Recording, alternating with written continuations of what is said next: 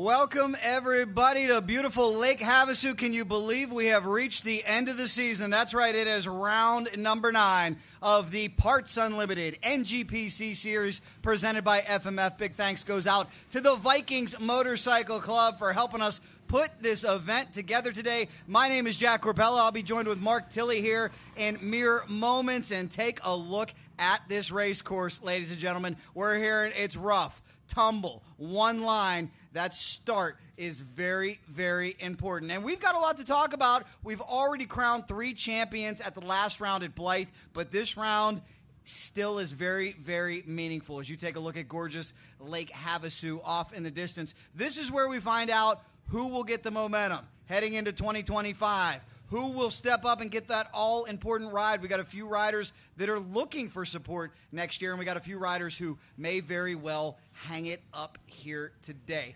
Who will get the win? That's the big question. And one of the big stories as well is the man who won the championship a couple weeks ago, Dante Oliveira, who has dominated this series this year, unfortunately suffered a wrist sprain in practice, and he is not here. But boy, that will present a huge opportunity for the rest of the 450 field. Cannot wait. It's going to be an awesome race as my man Mark Tilley steps into the broadcast booth. Mark, I can't wait for the final round to see what happens here. We got GNCC guys coming over. We got everybody vying for that all-important 2025 momentum. How do you see this one? You know what? It's a really challenging course. It's really hard to pass, tighter than it has been in years past. So there's going to be some rubbing. And rubbin's racing, as we know, but there's definitely going to be some rubbing going on, and it's going to be exciting for us, the fans, to watch.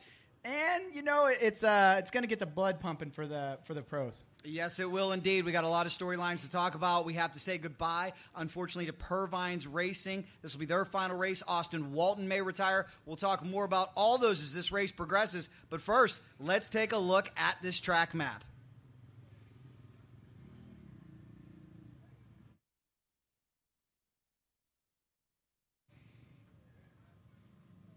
And as you guys know, we have the advantage of having Mark Tilley here. So, Mark, you know this track better than anybody. You've been on it. Take us around it. Well, this section right here is why people come here. You get to ride on the water. This is actually the second time that you're going to be down by the water. But this is the time to where you do kind of go through the water. You can kind of make it through that water, and then you kind of make a right-hand turn right here.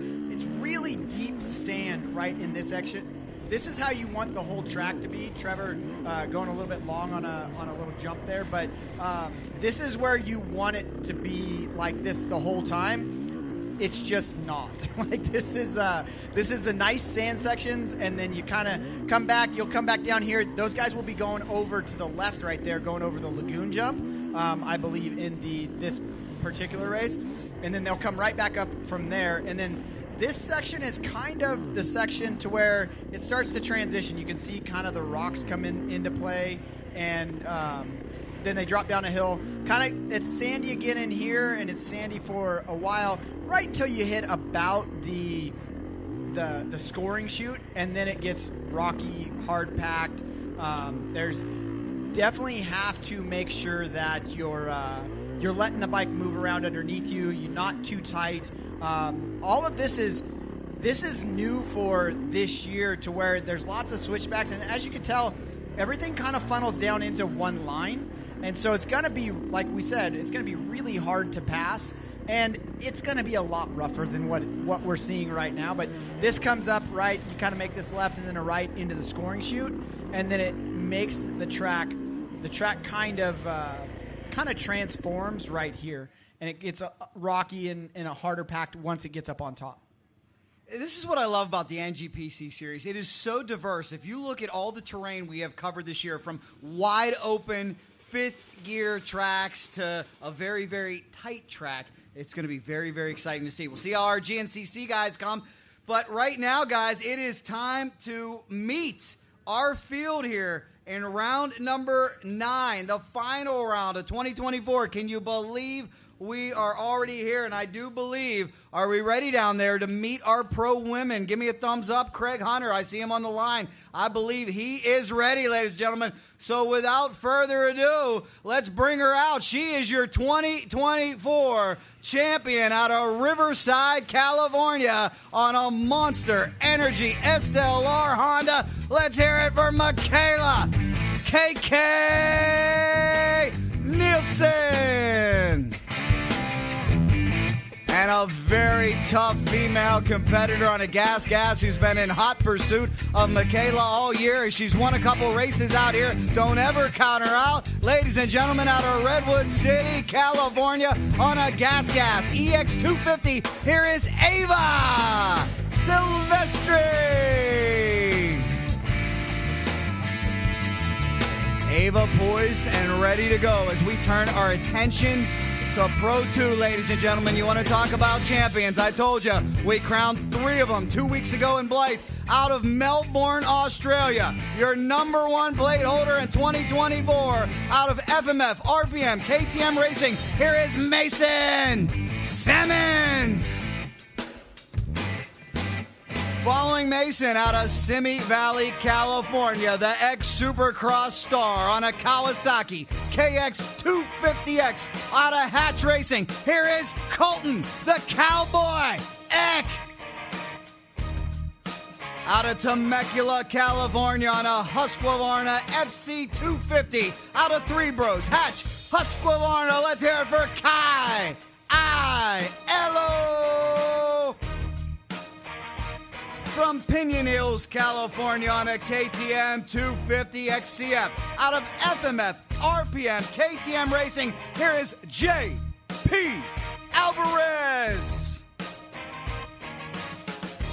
Out of Barstow, California, this man races for Simi Valley Cycles Yamaha on a YZ250. Here is Cody Simpson.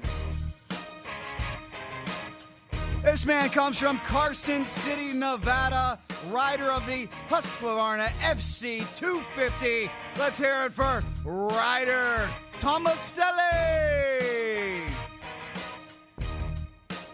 Another very talented rider all the way from down under, all the way from Australia. He rides the Husqvarna FC250. Here is Sam Pretzar. Out of Murrieta, California, on a Husqvarna FC250 from Gainslinger Human Performance, here is Cole Zeller. And from Pinion Hills, California, rider of the KTM 125 XC. Is he still on the 125 mark? I'm not sure. We got it on the sheet. Sometimes he rides the 125. It's the little engine that could. It is Tristan Alvarez. And joining us here this weekend, the newcomer to Team SLR Honda. Ladies and gentlemen, let's hear it for Parker Ross. This field is stacked. We got a whole bunch of people hunting for the win. Parker feeling good, feeling loose. It is time to meet our pro competitors. Ladies and gentlemen, starting from the number 1 spot here today, he is a works champion. He has won a race on tour this year. He represents Liquid Moly Factory Beta on the 480RR from Lincoln, California. Here is Dare DeMartell. Look at that. Dare putting on a stunt show. Gotta love it. Little freestyle out there. And ladies and gentlemen, this man comes out of Sparks, Nevada on a Rockstar Energy Husqvarna Factory Racing entry. He says this could be his final race. Let's hope it's not, but he's trying to go out with a bang. How about it for Austin Walton?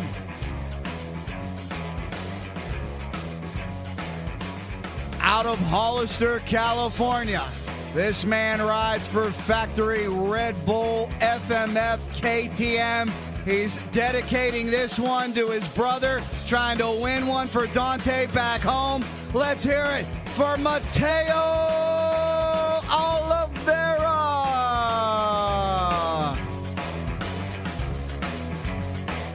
It's another sentimental weekend for this talented and ever-improving rider out of Australia. It will be his final race with Purvines Racing. He's looking for a ride next year. He's looking to go out on top. How about it for Big Bad Jack Simpson?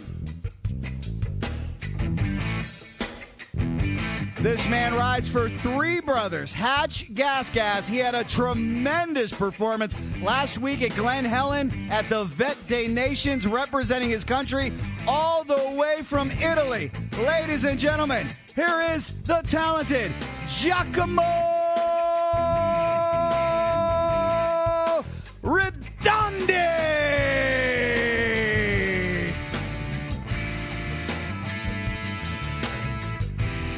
This man comes from Acton, California. He is a hare and hound specialist, and this weekend he will have Dante Oliveira's main wrench, Mr. Bobby Dawson, helping him out. Let's hear it for Rockstar Energy Husqvarna factory racer Dalton Shari.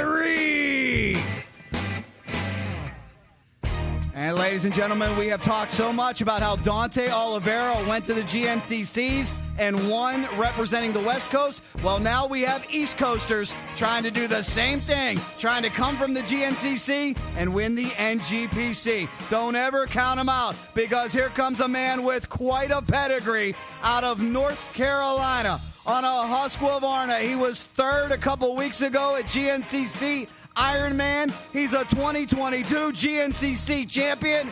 Ladies and gentlemen, give a big West Coast welcome to North Carolina's Lyndon Snodgrass.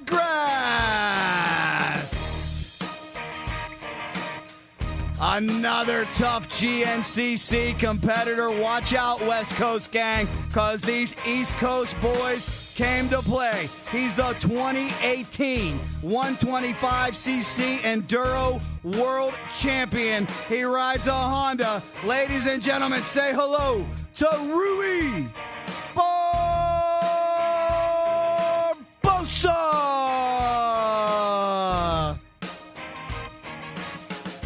And ladies and gentlemen, one of the most talented all-around riders in the world. He's the test pilot for Motocross Action Magazine. He has legions of fans in California and Arizona, fresh off his performance at the Vet Nationals on a Yamaha. Let's hear it for the 171 of Josh Mosman.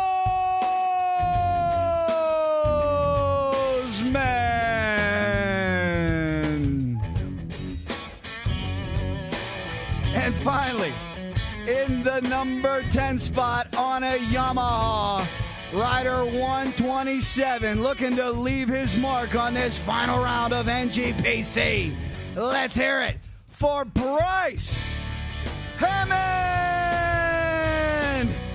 And that, ladies and gentlemen, is your starting lineup at today's final round of the 2024 series. Mark Tilley, this field is stacked. Yeah, there's lots of people. We got the chance to interview a couple of the newcomers, and we'll see those a little bit later. But GNCC guys, it seems like Mason's bringing all his buddies from Australia over here to ride motorcycles with them, and it's they're all crazy talented. I talked to Barbosa yesterday. He's racing on a 450. He's normally on a 250 for the Phoenix Honda team. He's out here on a 450 with the JCR team, and it's definitely one of those things to where we have a stacked field, and with Dante gone, it kind of opens it up for guys that have been finishing second, third, fourth.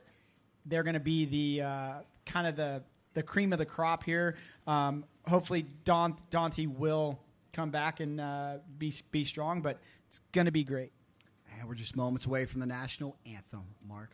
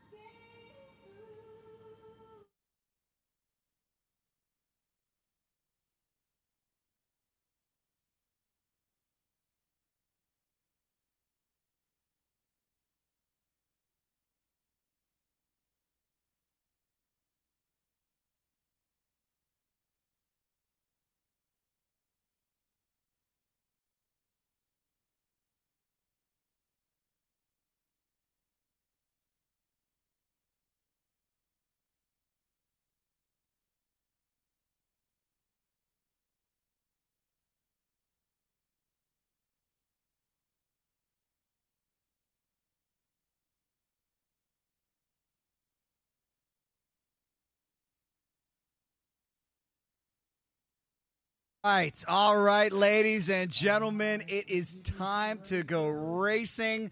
Big thanks to everybody on the NGPC staff for that wonderful national anthem. And it's time to take a look at our starting lineup. And it begins with Mateo. Is this Mateo's opportunity to shine and dedicate it all to Big Brother? You know what? He's been strong here before, and I don't see why not. He definitely, Dalton Shire's definitely going to be a threat. And Giacomo, our buddy Giacomo, he's all about being, the rougher it is, the better it is for him. Austin Walton has done good here. And then Dare has made that beta look absolutely amazing. And you know what? It might be his time.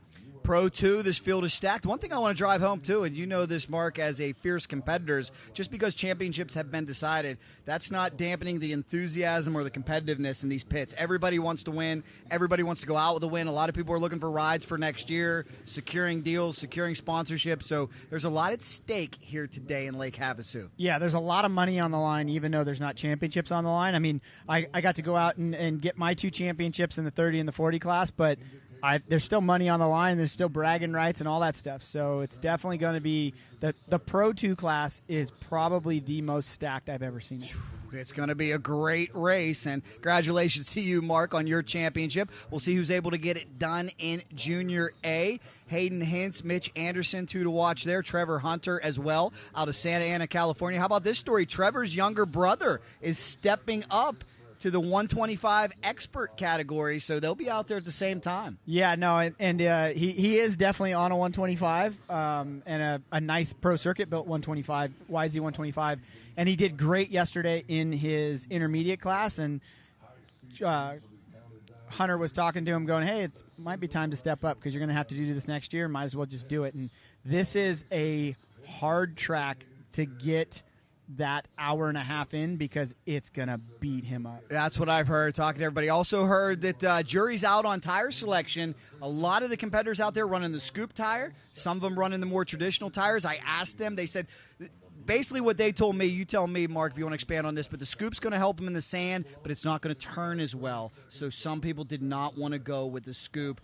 on the hard pack. You know what? I can attest to the versatility of the new MX-14, the Dunlop scoop tire, and that's what I ran here, and it works good or better than what most tires will work here. It's got a really good sidewall, really good resistance to flats and all that kind of stuff. So I know that we talked about some of those new guys that are coming out, and Rory Barbosa, we caught up with him yesterday, and here's what he's got to say.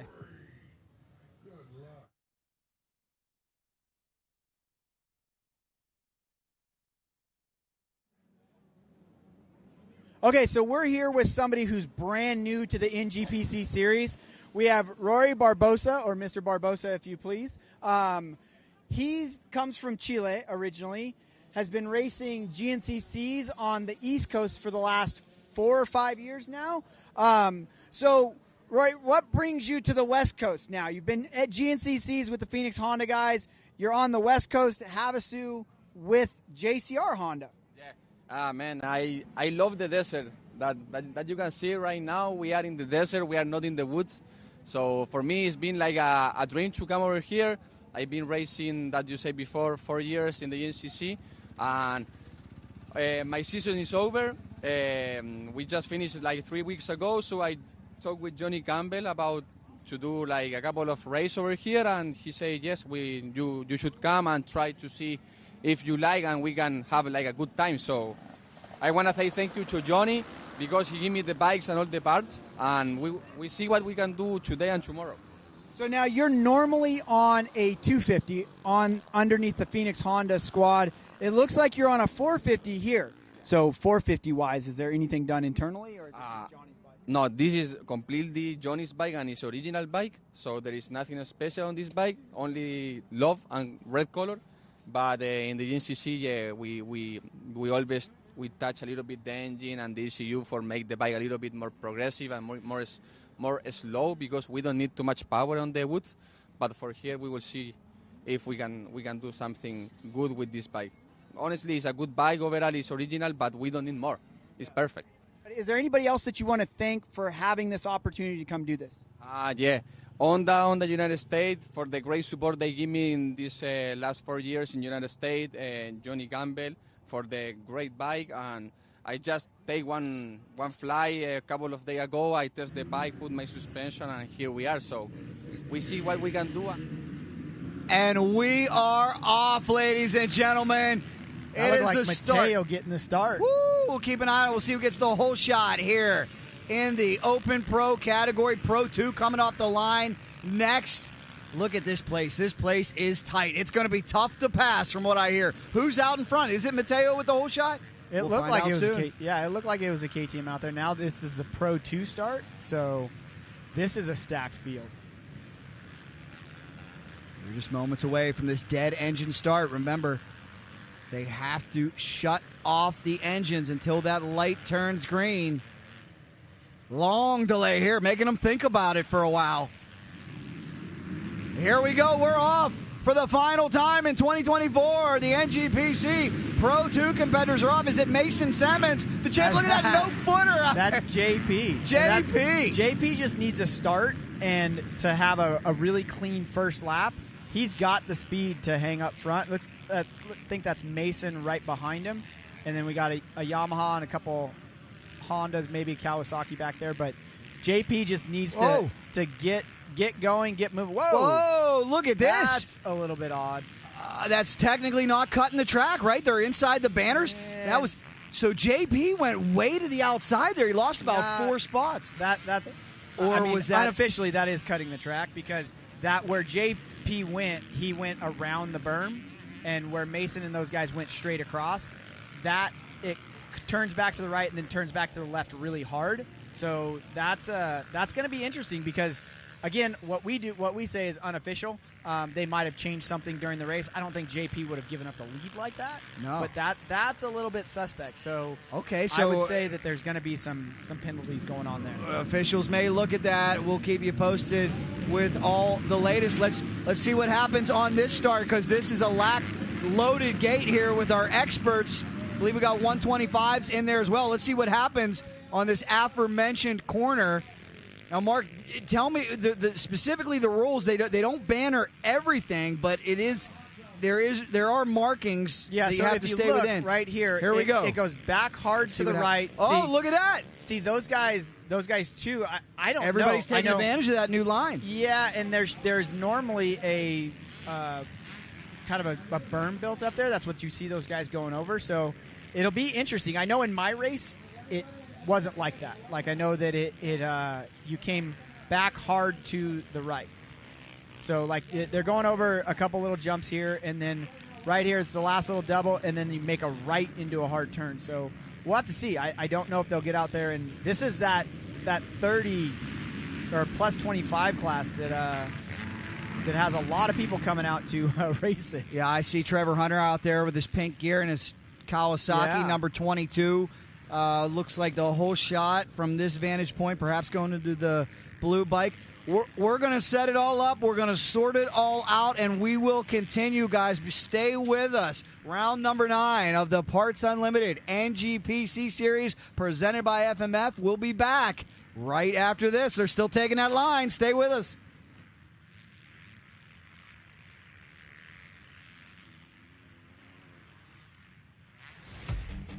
Beta is bringing its signature rideability to motocross with the all-new 4-stroke Beta 450 RX coming this winter, and the now available Beta 300 RX, the ultimate 2-stroke weapon, a rare combination of high performance and undeniable appeal. Forget what you're used to and experience how a motocross bike is supposed to feel like. Go to betausa.com for more info. Reserve one today at a Beta dealer near you.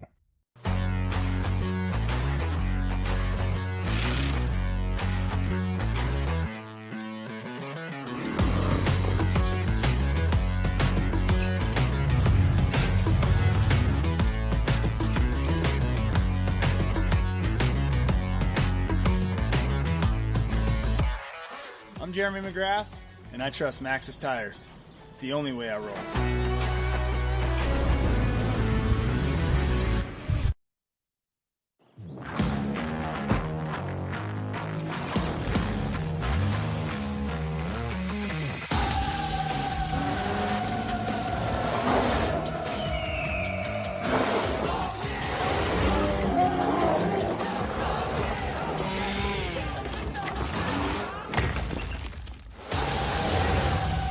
Thanks, fellas. Business in the front, party in the back. The all-new Kawasaki Ridge.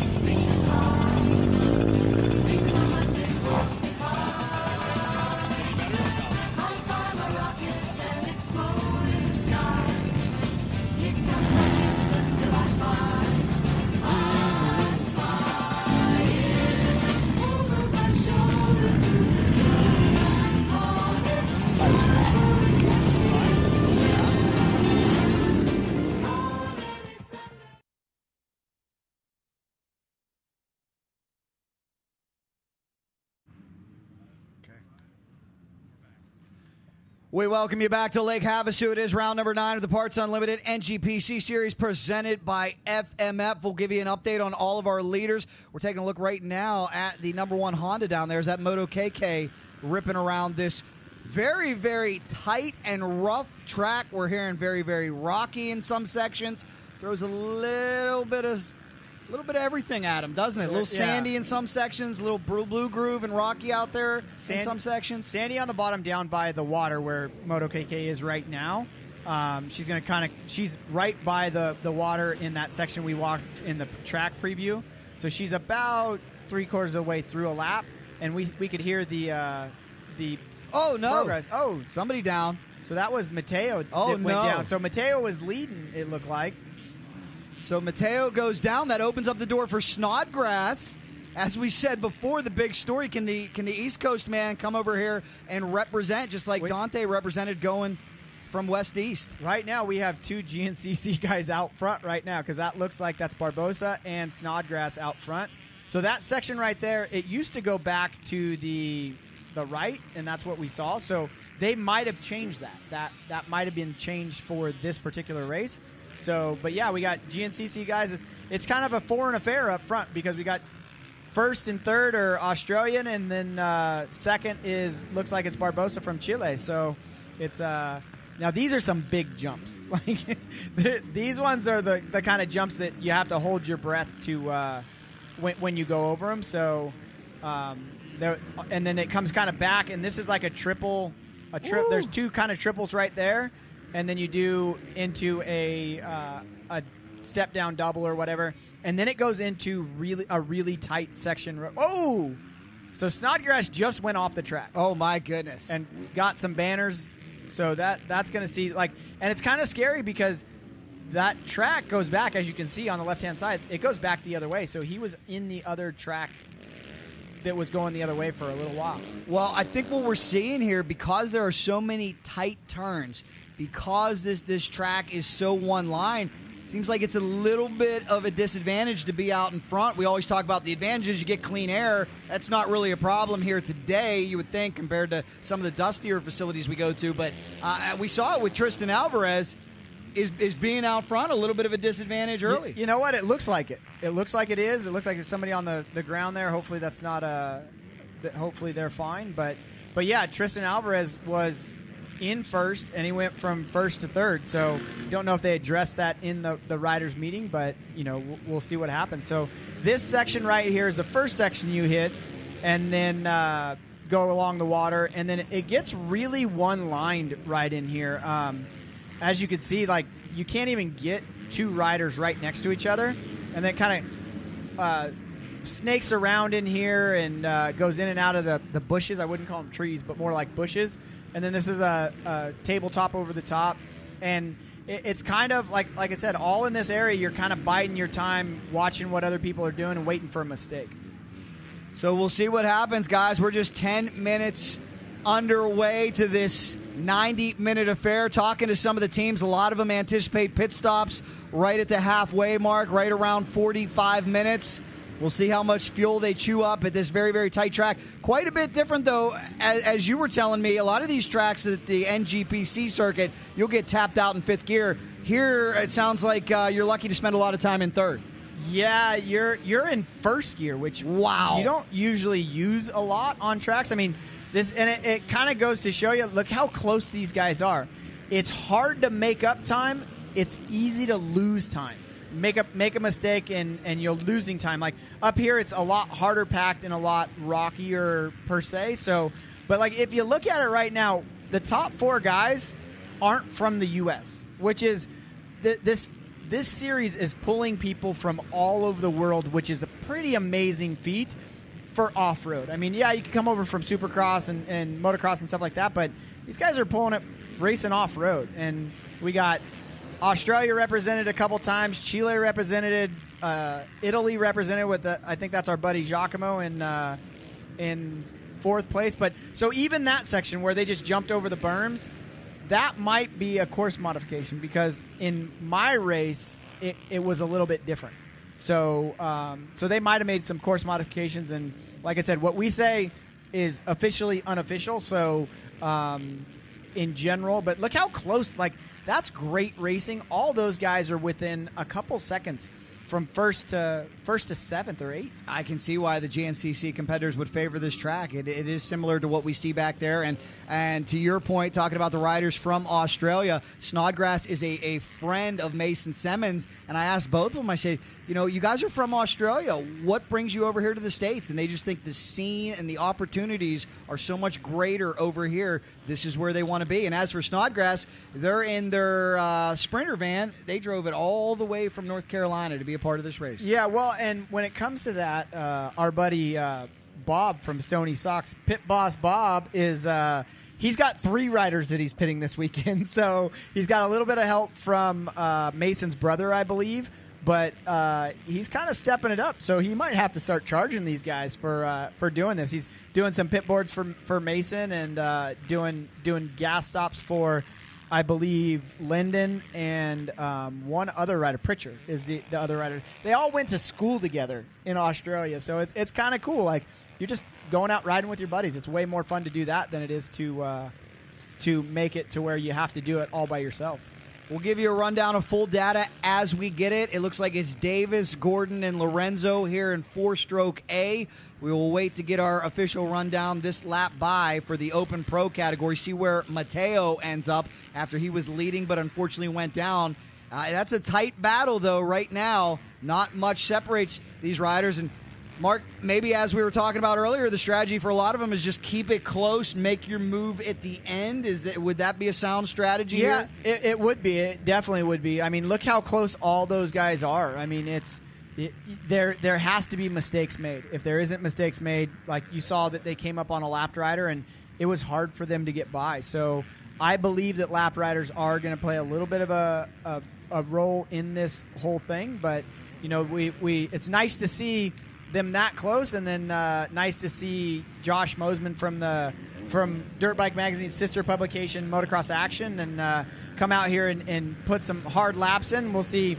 Maybe Josh might be able to do something. Yeah, what a great job he did last week at Glen Helen at the Vet Nationals. And if Dare DeMartille does not win this race in Open Pro, we'll have a new winner in Open Pro. We'll be guaranteed, because Dante has been so dominant. He's won them all except 2, where Cole Martinez won one right before the break, Dare won one right after the break. But other than that, it's been all Dante. But Dante is now sitting at home, resting that sprained wrist, getting it ready for, I believe, a Western Hare Scrambles race coming up in 2 weeks. Yeah, he's got a championship. He's actually battling against our buddy Giacomo Redondi for that championship.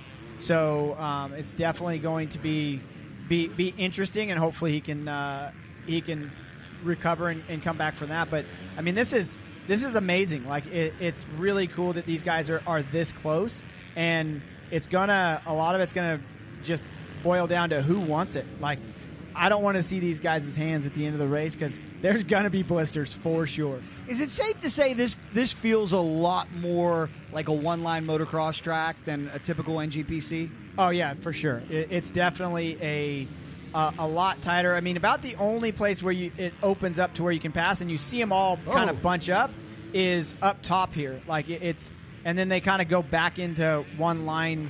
If they want to pass, you got to kind of move the guy out of the way. So I think that's why they're staying so close together. But I mean, you're not going to get them this close together anywhere else on the circuit. Like I said, these guys are using first gear, whereas there's not very often that in even some of the other races that we're using first gear. You're taking a look at Lyndon Snodgrass, 123 Husqvarna, who leads this race right now. And again, talking to him pre-race, they all know about the big story with Dante, and they know how much we've been talking about it, how Dante represented the West Coast, went over there and won the East Coast. Trust me, they want to do the same thing. They want to counter by saying, we came to your backyard and won an NGPC race. Well, and if you look at the race that he won back east, it was kind of a little bit more of a West Coast type thing with hard pack and stuff like that. So, yeah, we'll kind of give it to him and say, yeah, it was a little bit more West Coasty. This is a little bit more East Coasty. So we'll see. I mean, we actually caught up with Lyndon Snodgrass earlier and talked to him about what it is to transition to the West Coast after riding and winning championships on the East Coast. So check that out.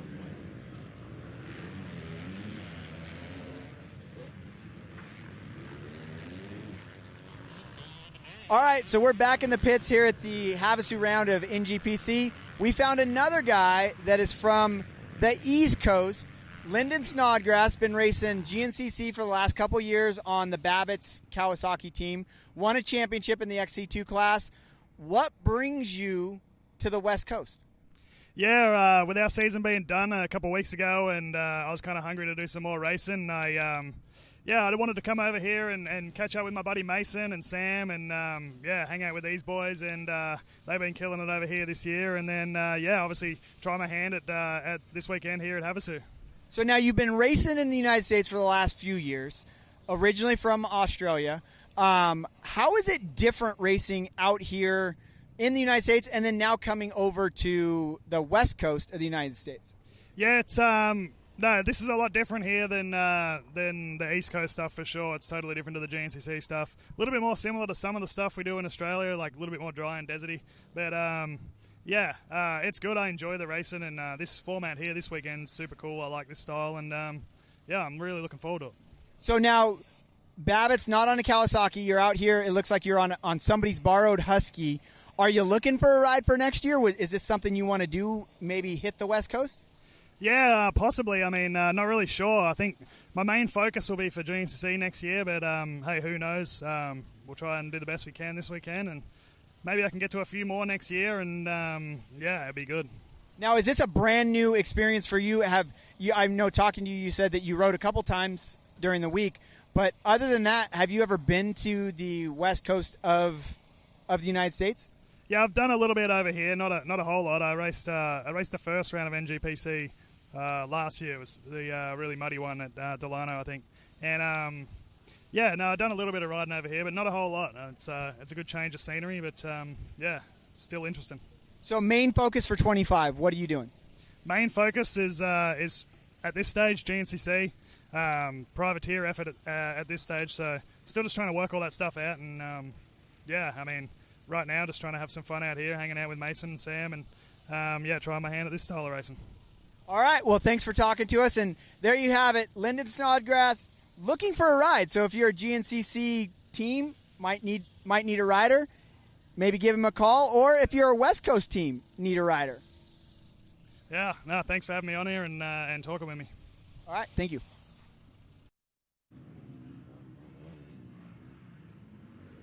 Yeah, great job with that, Mark. And that is your leader, Lyndon Snodgrass. It's about to be silly season, as you can hear. Everybody's jockeying for a ride for 2025. And this is what I love about these guys on this level, Mark. Remember, these aren't factory guys that are getting flown everywhere. When he says, hey, there's a race, we want to come out here and check it out, let's keep in mind, I just did a little map quest to Charlotte. 2,163 miles. That's a day and 6 hours in the Sprinter van. That is a long, long way, but I'm sure if he did it with his buddy, they probably just kept that thing rolling all the way through. Exactly. And like he said, I just jumped in the truck and we came out and I'm going to hang out with the boys. And so it's always more fun to race with the boys than it is to race by yourself. Mason might be second guessing his decision to say, yeah, come on out here, but now he's got lots of competition. It looked like Mateo had some problems in that rutted section right there.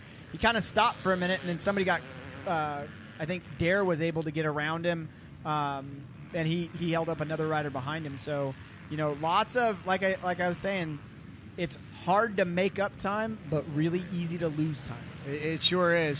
We still got a long way to go, though, guys. We're only 20 minutes into this 90-minute affair. Some of the most finely conditioned athletes in all of motorcycle racing. You're taking a look at them right now as Lyndon Snodgrass from Australia by way of North Carolina, the GNCC star, leads us around. Also for Derek DeMartille, he's trying to get his second win of the year in this series. He was crowned with a championship yesterday. They run an expert race on Saturday. A lot of the pros will use it as practice, and Dare won the championship in that class. Yeah, and it's one of those things to where there's AMA national championships in almost every class that you see. We're just showing you the pro divisions and some of the expert divisions that are racing the hour-and-a-half race, but it's one of those things to where there's lots of racing. There's racing for just about everybody. I mean, I raced a 30-plus A class and a 40-plus A class. There's 50, 60-plus classes.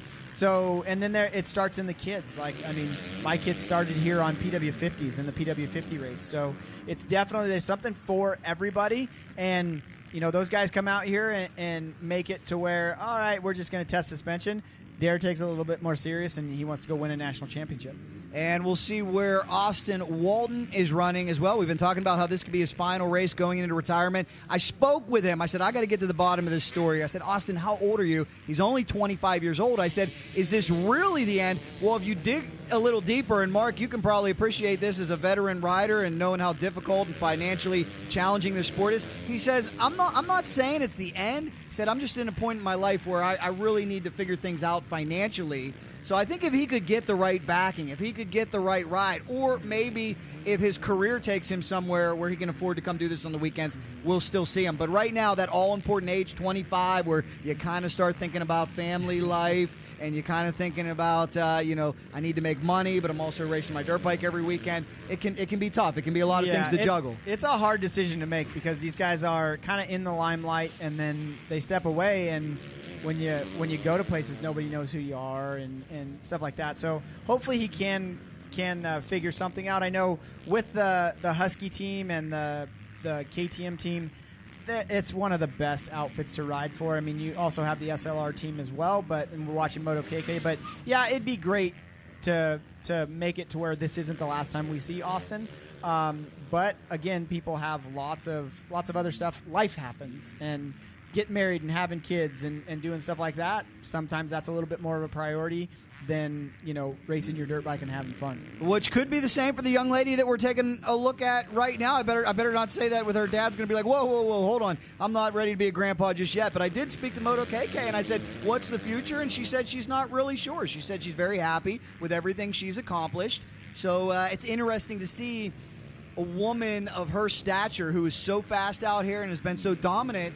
What is next for her? We know she goes over and competes in Loretta Lynn's, but what is the next step for Moto KK? Yeah, and there's no way of telling. I mean, it's one of those things to where, the SLR team, another really great professional team to be a part of. Mark Samuels does a great job. They get to do a lot of races outside of the normal series that they're doing, but she's definitely upping the game for women's racing and at a pro level, and there's lots of little girls definitely looking up to her. So I wish her the best in everything that she's going to do. Hopefully we're calling here for a long time to come, because like you said, I don't think Dad's ready for grandkids, and I don't think she's ready for grandkids, or she's ready for kids or anything like that yet. So she's fast. Life is riding on two wheels for her right now, and hopefully it stays that way for a while. Yes, indeed it is. As you continue to watch Round 9 of the Parts Unlimited NGPC Series, the GNCC boys continue to lead this thing. Lyndon Snodgrass followed closely by his friend Rui Barbosa, 1 and 2 right now. Jack Simpson in the number 3 spot. Another great story there. Unfortunately, Mark, Ron Purvines, who's watching this broadcast, who we want to say get well, Ron, and thank you for everything that you've done. He's had a team out here since 2017. Just talked to all the boys over there. They confirmed this is it. This is their final race. And they said, if you can do us any favors, please help us get Jack a ride for next year, because we want to see somebody pick him up. And, boy, Jack's built himself a strong case. He's continued to improve year in, year out. Yeah, no, it's definitely got a lot of time, got some time to talk to Ron Purvines and a couple years ago, and this was out of his pocket. Like a lot of this stuff was out of his pocket. I know that Yamaha came in with some factory support. Not really sure exactly how much, but it's a guy that just wanted to give people a chance to go racing motorcycles, and we can't thank him enough for all the people that he's helped in the years, and hopefully he does get better and he can come back and do some more racing as well. But even if he doesn't, we just want to see him get better. But yeah, I mean, it looks like Barbosa is putting the pressure on Snodgrass. Like, it's still great. All the top 5 guys are within 10 seconds of each other. Oh, we've got a battle. We're going to have a fight to the finish, and a lot of these races we come to, it's amazing how quick they can perform a pit stop, and pit stops aren't really a factor. If you get a bunch in there running within 10 seconds, pit stops, this is going to be like NASCAR. Exactly. Whoever comes off pit road first is going to have a major advantage. Yeah, and it's definitely one of those things to where any kind of seconds that you can gain, no matter where it's at on the track, is something that you definitely want to do. So I believe that we're following Mitch Anderson. And he was in our buddy Trevor Hunter's class. He might be out front on that KTM. Mitch built an amazing KTM 250 SX that we're going to be featuring in the magazine. But I mean, it's a sweet motorcycle. I asked him if he was going to ride it out here. He goes, "No, I don't know if I'm ever going to ride this thing." We'll see what happens, guys, as we give you a look at beautiful Lake Havasu. What a scenic place to end this series. What has been a great round of racing. Big shout out to the boys from Simi Valley Yamaha as well. Talked to them earlier on. They are providing track-side support, and I just can't get over how cool that is as we watch some great side-by-side racing on the big jumps. Basically, if you have a Yamaha, you can take it over there to the Simi Valley tent, and you can purchase parts at a discount, and they'll put them on for free. Well, I mean, you have Gary and his brother over there. Like, Gary's been doing this support forever. Like, and he's at everything. He's at Mammoth. He's at some of the amateur nationals, and like I've actually used him for some stuff on Jacob's YZ125. So they at the Yamaha Invitational that we did at Glen Helen, the crew at Simi Valley put on a top end for me. So it's definitely one of those things to where having the factory support, and Yamaha is one of the only, Kawasaki had it for a couple years, but they're one of the only manufacturers that are out here, and they will work on your motorcycle for you. It'd be great to see some of the other stuff. I mean, we do have factory support and factory contingency for most of the major manufacturers, but Gary and the crew down there always smiles, always willing to help you. It doesn't matter if you're on a Yamaha, a KTM, a Gas, a Kawasaki. I've gone over there a couple times for some parts when Kawasaki wasn't here. So it's just a great group of guys, and they're here to help and get people riding motorcycles. To your point, I was over there right before the previous race went off, and I had a tear in my eye because the kid reminded me of myself. He came over in a panic. He said, "I'm on the line right now. I got a flat front. You guys got air." They hooked him up, aired up his tires, sent him back out there on the line. And that's what's great. It's a brotherhood out here. We're all competitors, want to beat everybody out there on the track, but when the race is over, before the race, it's all about helping everybody. Wow, the newcomer, Parker Ross. Parker is chasing Simmons. Yeah, he's pressuring Simmons, and this is probably the closest to a motocross race that these guys will get, but man, Parker is making that SLR Honda look good out there. That's impressive. That'll be a fight to the finish. Like we said, Simmons already has the championship, but Parker Ross wants that momentum, wants to get a win for Mark Samuels and the entire SLR team heading into the offseason. That's what it's all about. And they've pulled out on the other guys. Like, they're not even in the same frame. So, definitely Parker stepping it up, and if he wants to do some off-road racing, this can definitely happen. But it's kind of cool. He's only done a couple of these. I think that at the last one at Blythe, it might have been his first one, because he was mentioning to us while we were talking to him about adapting to a bigger tank and adapting to the extra weight. That's really the IMS has gotten so good at making the tanks kind of follow the OEM footprint to where it doesn't make the bike any wider. It's come a long ways to where I see guys off-road doing motos at the track with a big tank, because it takes longer to change the tank than it does for making any kind of improvements. So But he was saying that he had to kind of adapt to the weight, and it might be slightly wider and a little bit taller, but he's definitely adapting well. Samuel's got to be happy about this. 30 minutes gone here in the final round of 2024, round 9 of the Parts Unlimited NGPC series presented by FMF, hosted by Vikings Motorcycle Club. We want to thank all of our great sponsors who make it happen. Support those who support your sport. Livestream presented by Honda, Precision Concepts. Our drone cam brought to you by Seat Concepts and Skags Racing. Make sure, guys, too, you check out that 2025 NGPC schedule. They're already planning to live stream those races. And let me tell you something about that 2025 season. Craig Hunter tells me over $3 million available in OEM contingency. Wow. Yeah, and that brings a lot of people out to the races. When you can make a little bit of money back, all those dads spending all the money on these bikes, and their kid gets not only rewarded with a trophy and a win or a top 5 finish, they get a little bit of money back to help mom and dad be able to get to the next race. So that's definitely a good thing. And then, like you said, lots of different classes out here. We got Dustin Davis leading the 4-stroke A class, and I believe he's going to go double A, so he's going to go pro next year. So that's another kid that started young in the NGPC series and is now making his way into the pro class. Whoa! Parker Ross getting a little bit, off kilter there. A lot can change here as we hit the 30-minute mark. We're about 15 minutes away from pit stops, we think. Lyndon Snodgrass continues to lead the way in the open category. Pro 2 belongs to Mason Simmons, but as you see right now, Parker Ross is in hot pursuit, and he is not letting up.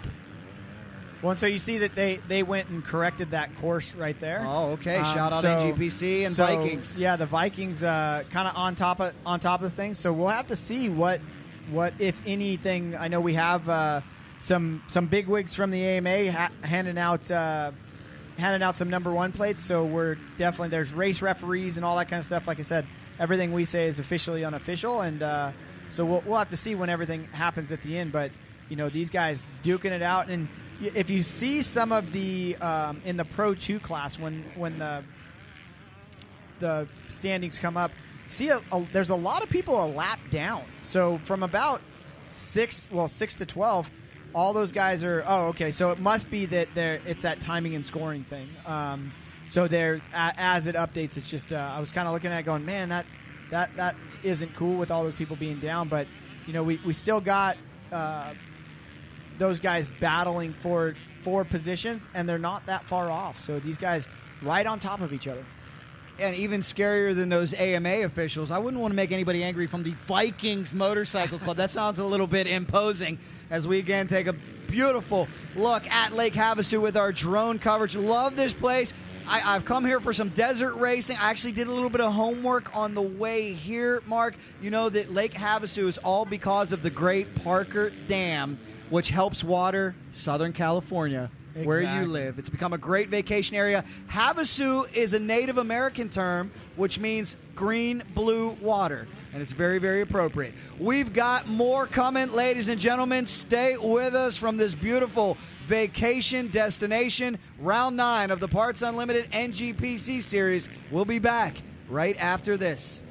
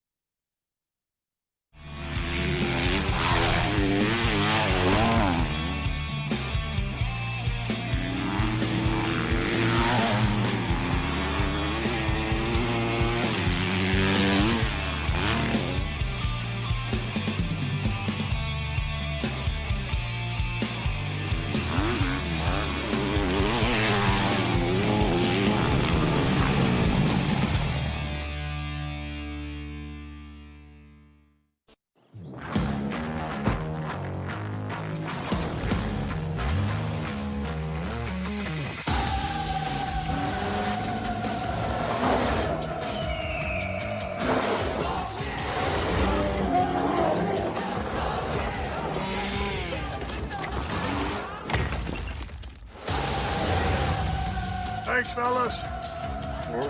Business in the front, party in the back. The all-new Kawasaki Ridge.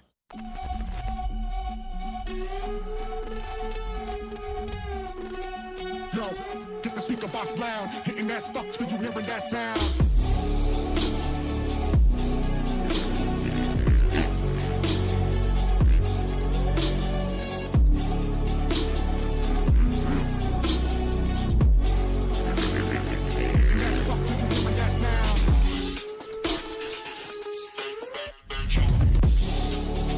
You know, you see, I can see the lever. On the bike, you can stand up.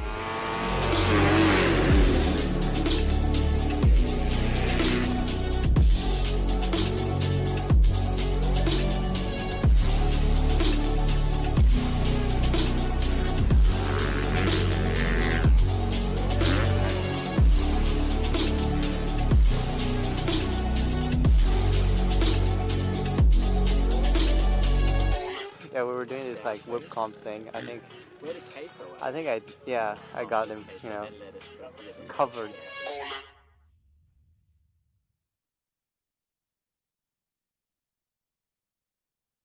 Back to round number 9 of the Parts Unlimited NGPC series presented by FMF. We've got a battle for the lead, and it's the GNCC boys from the East Coast, the East Coast Invasion here in Lake Havasu, Arizona. Lyndon Snodgrass, Rui Barbosa putting on a clinic to the West Coast faithful. Have anything for them? We're about ready to find out as we've got 52 minutes remaining in this marathon race. And this is where passes can be made because the track opens up a little bit, so that makes it to where there's some more lines. So, it looks like Barbosa goes underneath him and makes the pass. Barbosa taking out his buddy. He is now our leader. This is a former 2018 125cc Enduro world champion. He knows how to get it done. You got to believe this particular track probably complements his skill set well. Yeah, and he even said, when we were interviewing, he even said, hey, this is the desert. I like the desert. So he's apparently in Chile, they have a lot of riding like this. So we'll see. He might be able to get out there. Lyndon might have been holding him up a little bit. He might be able to get out there and stretch it out a little bit. So if you notice, in the sections before, they were going straight across right there, and now they're kind of going in where the track goes. But even that, I mean, these guys are all within a few seconds of each other. So if Barbosa can get out and kind of set sail, he can be one of those guys to upset and be, I believe it'd be JCR's first win of the season. And, for it's a good, definitely a really good good thing for him because he's looking for a ride. So, and then everybody else crazy tight behind him. And exactly. What makes this race so intriguing is, Mark, how many times have you and I saw somebody check out this year in NGPC and be 30, 40 seconds ahead, maybe a couple minutes ahead? That is not the case here at all. There are so many variables. Pit stops coming up, fatigue factor, and lap traffic. We're going to run into lappers all over this racetrack from multiple different categories. Yeah, no, and there's those top guys going by lappers right now. So the lapper doesn't move out of the way or one falls, it can get interesting really, really quick. And then they kind of make that left-hand turn right there and then go back over what we call the lagoon jump. That's the lagoon. They're actually jumping water there. It's about a 30, 40-foot gap. Don't come up short there. Yeah, exactly. You don't want to chop the throttle, that's for sure. But as you can see, they're depending on where these guys catch lappers, the lappers might not even be able to get out of the way. So we have the top 8 guys within about 10 seconds of each other. And that's Giacomo all over Jack Simpson right there. And like we said in the pre-race, when these guys start to make passes, they're going to have to get physical making those passes. Yeah, and how about the performance Giacomo put on 1 week ago at Glen Helen, trying to ride that momentum along with Team Italy. He was dominant in the motos of the Vet Day Nations. We'll see if that translates over here, if he can continue to work his way up. We'll also keep an eye on Jack Simpson, like we said, trying to end the year with a strong performance. He would like nothing more than to get atop the podium. Mark, what is that like when you're searching for a ride for next year and you know you have just 1 or 2 races left? Is it something where that pressure can kind of get to you? Is it something where that pressure can inspire you? It definitely can inspire you, and then there's lots of pressure, and with that, you can kind of see who's going to be able to rise to the occasion, who's not. So it can work against them, and it can definitely work for them. But it seems like all these guys in the NGPC series, there goes Mason, and looks like he stretched it out a little bit on Parker Ross. So that's the top two guys. I think JP will be the one that we see coming through next in that particular class. Looks like they've stretched it out. So this section is right after the scoring chute that we just saw, and it goes up to the top. And we say on top, it's we're essentially racing in a campground parking lot here. Like the Crazy Horse campground is right next door. But so that is a lot more harder packed, and there's Pit Boss Bob right there showing his rider what he needs to do. But so this section up here is really tough, really, really hard to kind of navigate and get through, because you're used to riding on the sand, and then now you're coming up here and you're doing big jumps. So you transition from whoops to big jumps, and then hard packed, and then you see a lot more rocks in there. So it's a little bit of a rider transition, but these guys are all good enough to do that. One thing I noticed there on that last shot, too, is the 250s aren't all that far behind our pro category. They are really, really moving here today. Maybe is it the fact that this is a tighter track, this is not really a horsepower track, that has them creeping up there? I wonder how much different the lap. We're going to have to see how much different the lap times are on the 250s and the 450s. Yeah, and I think that's a lot of it. It's a smaller bike isn't really a disadvantage. That drone cam footage from Seat Concepts is awesome, right behind Mason, but it's not as big of a disadvantage as, like you said, on some wide open tracks. A 250, you could probably run up there and probably run pretty close to lap times as the 450. 450 might even tire you out a little bit more because there's more engine inertia, more weight. This is one of those tracks that a 350 KTM or Husky might just be the perfect motorcycle. Or what you and I love, how about a two-stroke on this racetrack? And I remember a long time ago, before four-strokes got really good, so back early 2000s, I remember people coming here, and Kurt Caselli would ride a 250 here, SX 250, and he would not only was he having a lot more fun, but it's definitely not the weight and engine inertia and compression braking and all that stuff. So it makes it to where you don't get as tired. We don't see a lot of people doing that now because four strokes are pretty light and pretty nimble now. So we'll take a look at that clock, Mark Tilley. We're about halfway home. That means we got pit stops coming up. That's going to shuffle this order. As for now, Simmons, your winner of the championship here in 2024, crowned 2 weeks ago in Blythe. He continues to lead Parker Ross on an SLR Honda by a narrow margin. Our GNCC East Coast boys representing. I wonder if anybody live on YouTube is watching from the East Coast. If you are, drop us a comment. I'm sure they're keeping tabs on their faithful. That is a great East-West rivalry that is developing. We'll see if these guys can hang on, but I'll tell you, if Austin Walton and Jack Simpson and Derek DeMartille have anything to say about it, they're coming for him the second half of this race. Yeah, and you can definitely tell. You can tell who's getting tired and who's not, who's sitting down. Nathan Woods, who is a great sand rider, back off-road rider back in the day. Nathan Woods told me, if you start sitting down in the sand, you're done. You're done. And so I've always kept that in my mind, because him and Kurt Caselli, both amazing sand riders, both in really good shape. And every time I'd start to sit down, I'd have Nathan's voice in my head going, "You're done, you're done." And so it's he's not with us anymore, but always with us in our heart. And both of those guys, like I said, were amazing sand riders. So and that's those guys coming into lapped riders. Like, those lapped riders aren't in the way on purpose. Like, they just can't get out of the way. Those guys are coming up on them so fast. So, but that right there, you lose connection with, like, Mateo kind of dropped off the back of Derek DeMartille a little bit. If he loses contact with those guys, it can kind of mess up how he's pushing forward. But look at that. There's 3rd, 4th, 5th, and 6th all in the same corner. Like, that's amazing. We're going to have a fight to the finish here.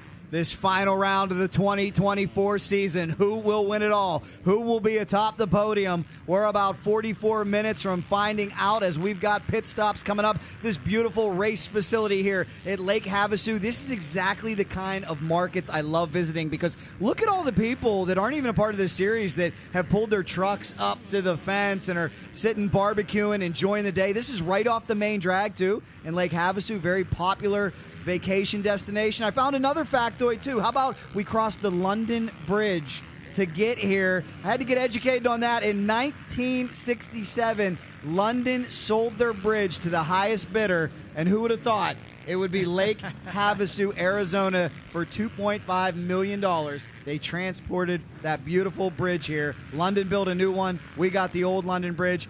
But what a cool monument, and certainly it's worked as helping to promote this area as a vacation destination. Yeah, it's definitely, I mean, it's the channel over there gets a little bit out of control on holiday weekends. And then there's usually lots of boats here in the summertime, so it's definitely a gorgeous a destination for some of the bros to come out with their boats and blue-green water, have bikinis and all kinds of stuff. So it's, now we complain about shipping bikes long distances. Could you imagine shipping a bridge from London? How in the world did they do that? Yeah, I can't even imagine. Like it blows my mind that they did it. Pretty good deal. And $2.5 million. And then resetting it up. So it's definitely, but it is a focal point for here. I have family that live here in Havasu. My aunt and uncle live here, and we're going to go hang out with them after the races and maybe go out and do some shooting out in the desert. And if my memory serves me correct, one of the favorite areas of the great Jeremy McGrath way back in the day. Spent a lot. I think a lot of the Supercross guys spent a lot of time here on the lake. As we take a look at who is leading this thing, 42 minutes in, keep an eye on pit road. We'll see if we see anybody coming in. The Purvines team told me they plan to pit around 45, so they should come in this time by, unless sometimes it's a game of chicken out there, right? They wait to see who's coming in first, who's getting it over with. Well, and they can go a little bit longer on this course than you can on some of the other courses, because you're kind of on-off. You're not wide open, so you're not going through as much gas. It looks like there's Snodgrass just came in. Snodgrass coming in. He wants to get it over with. There is the infamous Pit Boss Bob right there. Pit Boss Bob. Doing that gas drop. So it looks like Mateo stayed out. With that, it looks like Snodgrass went from second to fifth. It's like NASCAR. I'm telling you, we don't often see that in this series. They're so quick with those pit stops that if somebody has a comfortable lead, it's not going to factor into race order much. But here it will. And I don't know if Mateo stayed out or not. If he did come in, they had a very quick pit stop. Yeah. So we'll see if we can figure that out. I think Giacomo stayed out. I think Dare stayed out. It looks like Mateo stayed out. Unlike you said, if he did come in, they did really fast pit stop. But so it looks like that Snodgrass just kind of funneled back. So I think it's going to be a thing to where once those guys actually do pit, then he might just get right back in. And I think Rui Barboso came in as well, his GNCC counterpart. So the GNCC boys, it's interesting the strategy that do you want to try to gain track position, or are you the type of rider that says, let me get this over with, fill me up, and then I know I can make it to the finish? Yeah. Well, and once we kind of pan out a little bit, we can see if those guys came in. They're going to be past timing and scoring, so we're not going to see it right away. But, I mean, we might be following the leader right now because that looks like that is Redondi. And it looks like that's Mateo right behind him. I believe the 831 of the KTM machine. Yeah, I think that is. And there's Dare. I see Dare DeMartil. Mateo behind him, and then Snodgrass should be coming right behind that. So we have the Jack Simpson. We're waiting to see where Jack Simpson and Barbosa at right now. We told you pit stops would change the complexion of this race. Also, you got riders getting tired, a lot of traffic out there. We'll sort it all out. We know we've got about 40 minutes to a finish before we put a period not only on this round here in Lake Havasu, but the 2024 NGPC season. My goodness, it flew. I went back and looked at some of the rounds, and again, what I love about this series, I don't know if there's another series out there that will test a rider's versatility. If you look at some of the wide open tracks that we had, and then remember the first race at Glen Helen that was totally waterlogged and soaked? I went back and watched that one. Oh my God, that was a disaster this year. Then we went to Paula, which had a lot of MX elements, a lot of wide open elements. Then we saw tracks like Ridgecrest and Blythe that were a little bit shorter, especially Blythe. And then you come here and finish it up in Havasu, which is a lot like a one-line motocross track. I mean, is there, Mark, you know racing inside and out, is there a series that's more versatile out there than this one? I don't think so. I think that this kind of has a lot, just about any kind of, like you said, just about any kind of conditions that you'd want. This has. I mean, you go back to GNCC and there's a lot of mud races. This year they've had a lot of actually dry races and some dust, and all you hear from the riders is kind of complaining about how dusty it is, and those guys are all crazy talented. I mean, even the guys out on this coast, crazy talented. I mean, the stuff back east is a little bit slower in a little bit more like this. Whereas out west we're a little bit more wide open, so just because of the terrain. But it's definitely it's cool to see, and it's cool to see NGPC with the national championships and doing that kind of stuff, so that people can come out here, race, and then work their way into this class. And I mean, it's pretty amazing that they're pulling so many international riders, because it's just kind of unheard of for off-road racing.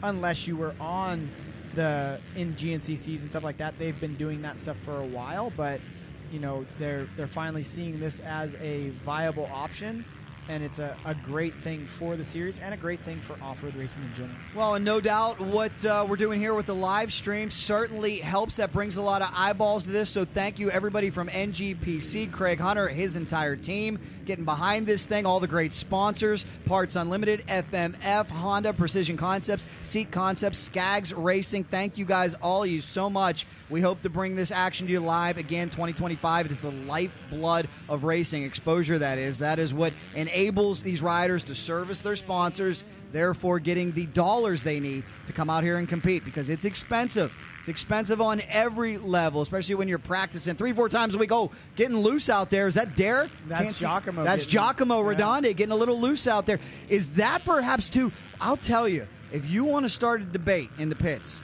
go ask all these crew chiefs and mechanics about tire choices, and you'll get you ask 10 of them, you'll get 10 different answers. And I can see why, because there's so much varying terrain out there. Yeah, and it's like, again, it's hard to set up a bike. If you're setting up a bike for the sand, then you're gonna maybe lack a little bit up on top where it's really hard packed. So it's kind of hard to set up a bike for this event. And Dare went with the more traditional Pirelli. They were showing me. Did not go with a scoop here today. Yeah, and then too, some guys like certain tires. Like some guys will just, you know what, it might not work as good, but I know what it will do, so they want to go with those tires. So, you know, it's all personal preference. I know, like talking with Auntie from that oversees the KTM and the Husky Racing and even Gas too, is he kind of lets his riders make their own decisions on what they want to race, where they want to race, what series they want to race. And then bike setup a lot too is, okay, if this is what these guys want to race and it makes sense, all right, we're going to do that. And he tries to keep them as uniform as possible, but saw Ante walking around here and kind of getting everybody all together and going from there. But it's great to see team managers and even race team managers all a part of the decision process going forward. Well said. We just crossed the Yamaha finish line, so I'm waiting to hopefully get some fresh data on our live timing and scoring. Remember, all these riders equipped with transponders, and that's what gives us our officially unofficial results, but usually pretty accurate. So we'll see exactly where we stand. We're taking a look at Dare DeMartille as he heads toward pit road. Did Dare come in, or is this his opportunity to get into the pits right now? Keep an eye on him. If he bypasses it, I got to believe he's already done it. He's probably already gone in there and we missed it, which is good news for him, unless he's really rolling the dice on fuel mileage out there. Well, yeah, neither one of those riders, so Dare or Giacomo, pitted. Did they stay out, or did we miss it? What do you think? Yeah, you know what? I think they stayed out. Woo! I think they might be going a little bit longer, and maybe just going for a splash at the end of it. You never know. I know that it is hard once you've been riding, and then so that looks like Pit Boss Bob again in action. There comes Simmons. That's Mason, and it doesn't look. It looked like Parker Ross pitted at the same time because he didn't get past Mason, and possibly that's Austin Walton right in front of them. It is Austin so Walton. Maybe Austin. Yeah, it looks like Austin pitted because he's got one of those water bottles hanging from his mouth. I love the strategery and the different outlooks. So I think you're right about Dare and Giacomo maybe just opting for a splash, seeing if they can make it all the way. They are rolling the dice. Very appropriate, too, because I talked to Dare, and he said he spent some time at the casino, and he said, "It's scared money don't make no money," is what he told me. Well, and it looks like that. Is that Parker that got by Mason? I think so. I think that was a Honda that got by Mason because I believe that's Austin Walton right in front of them. So that looks like Parker Ross in that fly gear with that number 12 on his back. It looks like he did get by him. This pit window is going to make it confusing for us as well, but don't worry, guys. This flurry is going to stop. I'd say within the next 5 to 10 minutes, things will materialize, and we'll get an idea of who's in, who's out, because certainly you can't push it too much further if you haven't pitted yet, right? Yeah, no, I don't think they can go the full 90 minutes without pitting and getting something. But hey, I've been proven wrong before. So, but that would be a long ways to go. And it looks like our buddy Hunter out front, Trevor Hunter out front in the plus 25 junior class. Mitch Anderson is only about 20 seconds back. And then N1H Keys is in third, and so that's good. Dustin Davis out front in the 4-stroke A class. Like I said, I believe that Dustin's moving to the pro class next year, and he's got a minute lead on Gordon and almost 2 minutes on Lorenzo. So it might be time for him to move up. You know that Ty Davis, his dad, isn't going to leave him in a class too long. All right, we'll be back to sort it all out, guys. We still got a half an hour of racing left to go in the 2024 NGPC season. Stay with us. Round number 9 from beautiful Lake Havasu. We'll be back right after this.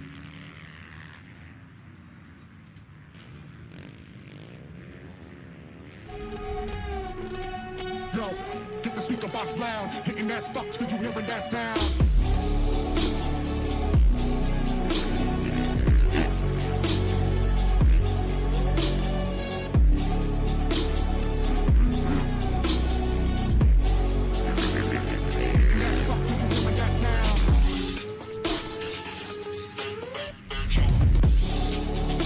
Now, you see, I can see the lever. On the bike, you can stand up.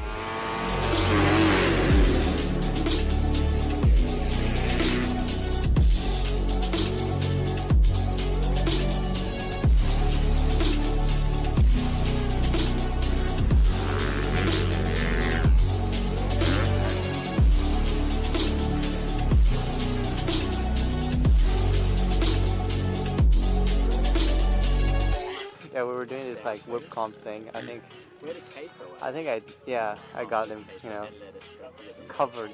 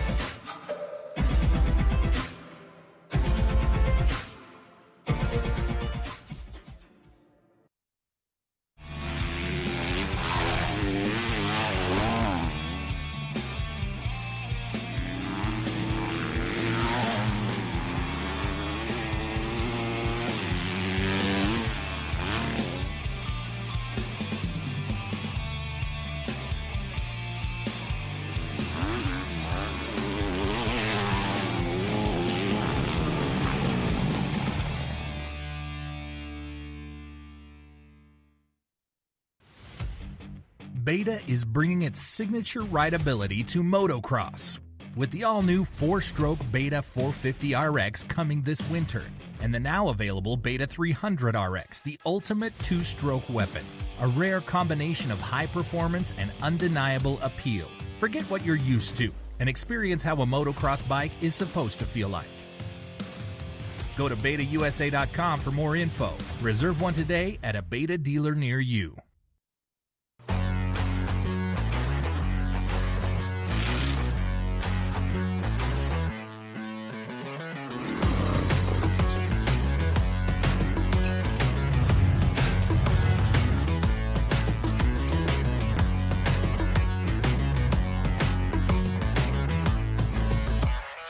I'm Jeremy McGrath, and I trust Maxxis tires. It's the only way I roll.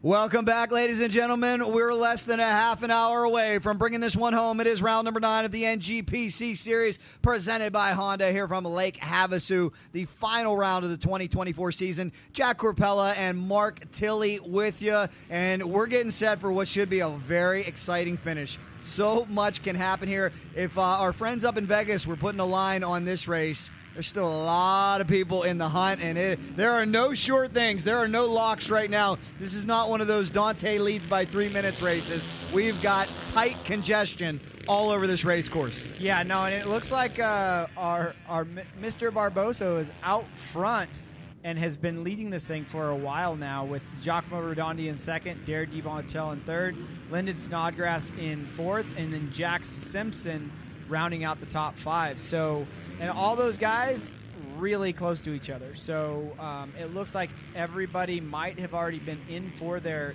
pit stops. If they're not, now's the time to where they're going to have to come in. So I'm not sure if Barbosa has been in and maybe just in and out really fast, but it's definitely nice to see. Yes, indeed. We'll see if the GNCC boys can make a dream a reality as we take a look at 25 plus. Big shout out to Trevor Hunter, the 22 Kawasaki racer. He has worked his way up. Trevor's somebody I think we're going to see eventually someday in the pro categories. I love this ladder system out here, how you were just talking about Mr. Davis moments ago. It's great to see people work their way up, and we do. We need more entries in the pro classes. This is where they'll come from. Yeah, and it's definitely like you're looking at the 4-stroke A class. This is the future right here. These are the guys that are coming in. I know Brennan Watson there in 5th place. This is his first race on he's on a completely stock YZ250F. So definitely like to see some of that. He's getting off the 125 and getting on to the 250 for next year, and it's kind of a little bit of a warm-up for that, and there's lots of people that are coming up and will be feeding that pro class here in the next few years, that's for sure. Looks like this track continues to change as well, as we've been out there for more than 60 minutes. They've tried to prep it the best they can, but right now looking pretty rough, looking pretty torn up. Mark, how much did it change during your moto? You know what? They did a really good job keeping water on the course.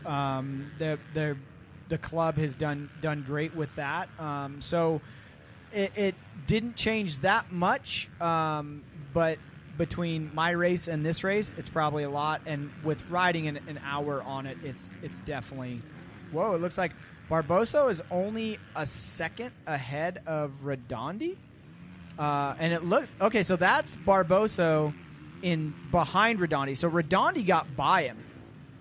Maybe we're seeing a little bit of a fatigue set in for Barbosa, and we know Giacomo's not going to get tired. Yeah, how about that? After a commanding performance last week at Glen Helen, Giacomo trying to keep the momentum up. He wants to get the win here today for the talented rider out of Italy. So, yeah, that he did pass.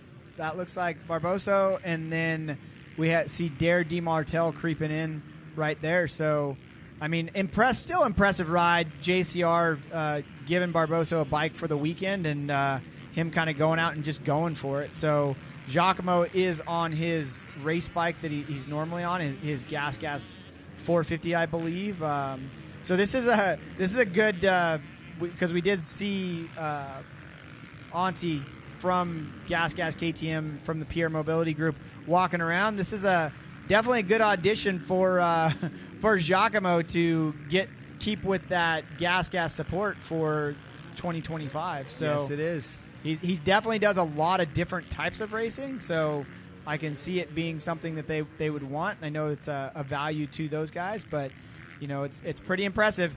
I have to race against him in the 30 class, and he's now out here winning the pro class. So I'm going to say that I've been able to stay in front of him, so that makes me the fastest guy in the world, right? Because he's beaten some of the fastest guys. So I heard my buddy Mark Moore say that one time. And but yeah, I mean, pretty impressive that he's out there and doing what he's doing. I know that a lot of his bikes are kept stock because that he feels that a lot of that extra power that you have maybe might not be the greatest thing. But when I was talking to him earlier, he's like, yeah, bike's stock and it's got suspension and maybe a pipe and silencer, and goes from there. But it's definitely a testament to those gas motorcycles. They're built tough, that's for sure. Yes, they are. As we take a look at the leaderboard, Barbosa, Redonde, DiMartile, Snodgrass, Simpson, Walton, Mateo Oliveira, top 7, only separated by about 30 seconds here. We'll see what happens as we race to a finish. 23 minutes remain in this final round of the 2024 season as they get ready to hit this beautiful section alongside that blue-green water of Lake Havasu. What a great day it would be to be out there on the boat barbecuing, maybe having a cold one or two, watching some racing. That water's cold. I think I'd rather be on the track. But this is cool. All three guys, the top 3 guys, all kind of in that same drone shot, which is amazing. Shout out to our drone operators, but just getting a little bit out of control. But all 3 guys, that's Dare, DiMartile, and then we have Barbosa, and then Redonde up front. Not only all 3 guys, but they're on 3 separate motorcycles, like 3 different brands of motorcycles. We got Gas represented, Beta, and a Honda. Kind of a sandwich going on there for that Honda. Gotta love the parity out here, that's for sure. And I do know that Dare made his friends back home at Beta very, very happy with that win that he was able to secure, that historic win at Ridgecrest, the first Beta win in the Open Pro category. We'll see if he can back it up and win another one out here. That's the goal for them. They said it's been a great season, already won a Works Championship, in line to get the number 2 plate in the NGPC series in the Open category. And based on what Dante did this year, boy, there's no shame in grabbing that number 2 plate. Yeah, Dante was tough to beat, 5-time defending champion. Yeah, no, he's got a great training program with him and his brother, and all the backing of Factory KTM. It's definitely a good thing. So, I'm impressed with Giacomo. I'm definitely impressed with him out there running some fat lap times, and it looks like he might be pulling out a little bit. He might be faster on this section of the track, but going into the scoring chute, but that's pretty impressive. Like I said, he's out there in the 30-plus class, so he's definitely a more seasoned rider than what we would see in, like, as you see Parker Ross, one of the younger riders in the 250 class. So it's definitely really cool to see, and they must have pitted because they're not pitting now. Yeah, wait, did Dare check up? Dare yeah, might Dare might have pitted. Wow, talk about rolling the dice. They waited to the 20-minute mark, came in for a splash. That's why Dare has disappeared from our screen, and that leaves Dare now off and away. It was a quick pit stop. We'll see if that cost him. Interesting pit strategy. They tried something different.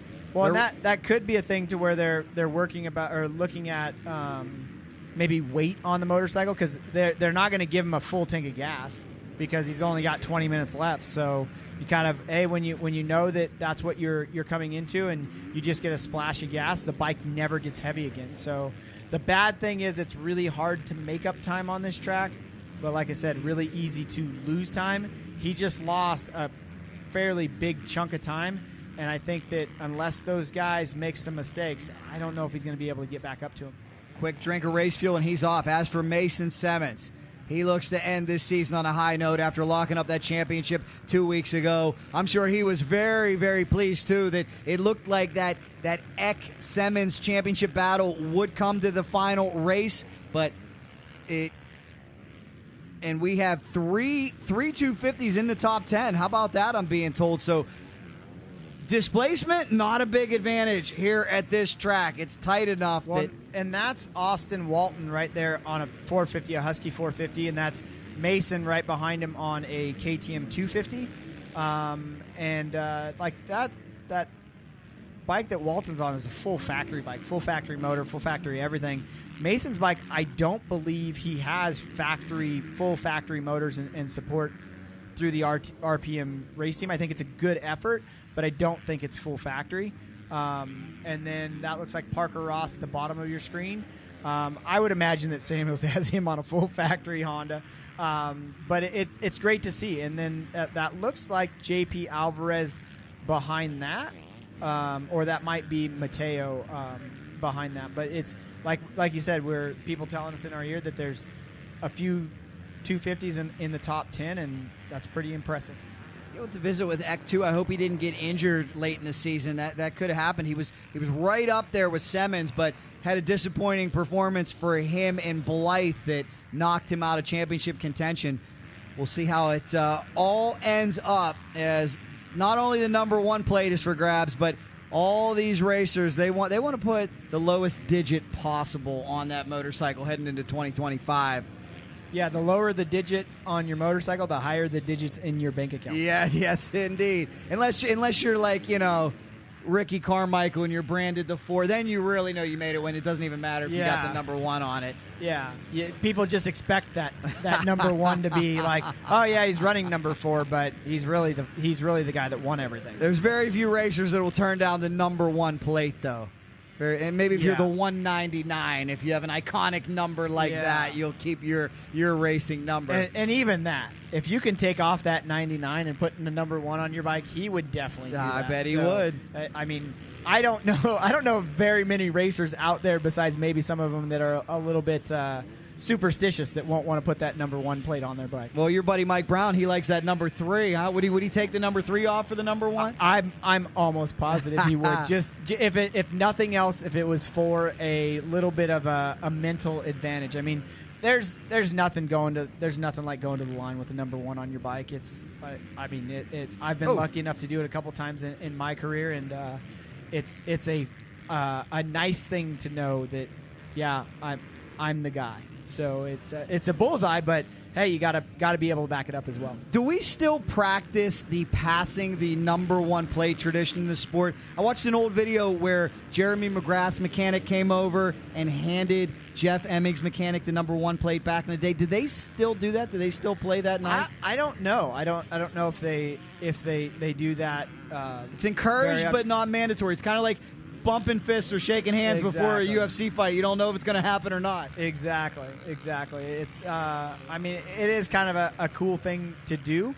And I think the mechanics might do it, but I don't know if especially if the mechanics are friends, they would do it. But depends on the relationship. Exactly. Right? So it is a kind of a cool thing to do, but now with all the career numbers and that kind of stuff, for this series, it'd be hard because Dante's just kind of dominated it. And then even for some of the motocross and supercross, you got Jet out there doing stuff. It's definitely – so that's Austin Walton battling with Lyndon Snodgrass. And then, like we said, Mason Simmons is right there, first Pro 250 rider, mixing it up a little bit with him. But, that's Snodgrass went from first to – I believe 4th or 5th at the pit, and it's really hard to make that time back up. And he could be getting a little tired. We'll see what he can do. We believe this could be the last time we see Austin Walton for quite some time. Hopefully it's not. Hopefully he secures a deal. Hopefully he secures funding. But he is calling this his retirement performance from Team Husqvarna Rockstar. They would love nothing more than to go out with a podium finish. Michaela Nielsen looking like she's going to end this dominant season atop the podium if she can hang on for another 15 minutes. And something I'd like to see next year, too, is we got some fast ladies out there. I'd like to see some more pro women join this series. I saw Mrs. Jacobs in Glen Helen. She said she might come. Also, the very talented photographer from Moose Photos, who she was on the podium last time. We got to get the fast ladies out here. Yeah, no, it would definitely be nice to see. I mean, it's one of those things to where Ava and Michaela have definitely raised the game in the pro women's division. They're so fast, both of them. So and there's Barbosa going by on his number 14 JCR Honda. And next we should be looking for Dare, I believe. And that's Dare on that. Dare. Factory that Beta Factory 480 Beta. RR. And then that's Cole Zeller. He's one of the 250 riders, and I believe he's a lap down. Okay. But so we'll kind of see who's going to come through next. That should be the Snodgrass. Yep. So there's Linden and then Walton. So, yeah, those guys holding their own. And so this is back to pit row. Got the Dirt Bike Magazine motorhome right there. But somebody coming in. Yeah, I don't think that's one of our front runners. Front runners. Could be somebody having a miserable day, unfortunately. Coming in for another one of those quick supplements that they throw into your drinks. Now, Mark, you don't do a whole lot of pit stops, right? In my races, there isn't any pit stops. It's a 45-minute race, and at 45 minutes they throw the. So I'll run a big tank, but we don't have. Is that something you'd like to do someday? Would that be exciting to you? Yeah, you'd have to go get a crew. I did or train that. your boys, right? Yeah, I did that. I'm 47 years old, so I did that. And when the boys were born, when Jacob was born in 2009, I kind of it's time to do the family thing. And now the boys are old enough to where now I can ride with them. I think if we're going into pit stops and doing that kind of stuff, Jacob will be the next one to do that. I don't need to do that at all, nor do I want to do that. Like, to put this kind of commitment into racing and going from there, like, you have to really want to ride. And I love riding motorcycles. I don't like riding and even when I raced that level, like, I didn't like doing anything over an hour and a half. Anything over an hour. It just, my body just did not want it, and I wasn't a big trainer, and I wasn't, all that stuff. But it's not. I ride motorcycles for fun, and that's what I want to do for fun. And these guys are suffering right now. Like, you look at most of these guys, and we'll see on the podium, but these guys are in really good shape. This is what they do for a living. But yeah, shout out to them, because I wouldn't want to do it. Well, your buddy Josh Mosman, we know he's in great shape. He's running top 10 in the Open Pro category. Wow. So we still got some tight racing, tight jockeying for position. Mark, why don't you, I think we're going to get a shot of this here momentarily. Why don't you give us the rundown, if you can, the story of this race, who's out in front? As we know, Hunter is out in front in the 25-plus category. We'll get a look at our scrolling results here, as well as we'll give you a full rundown of the much anticipated Open Pro category. Giacomo Redonde still leading the way.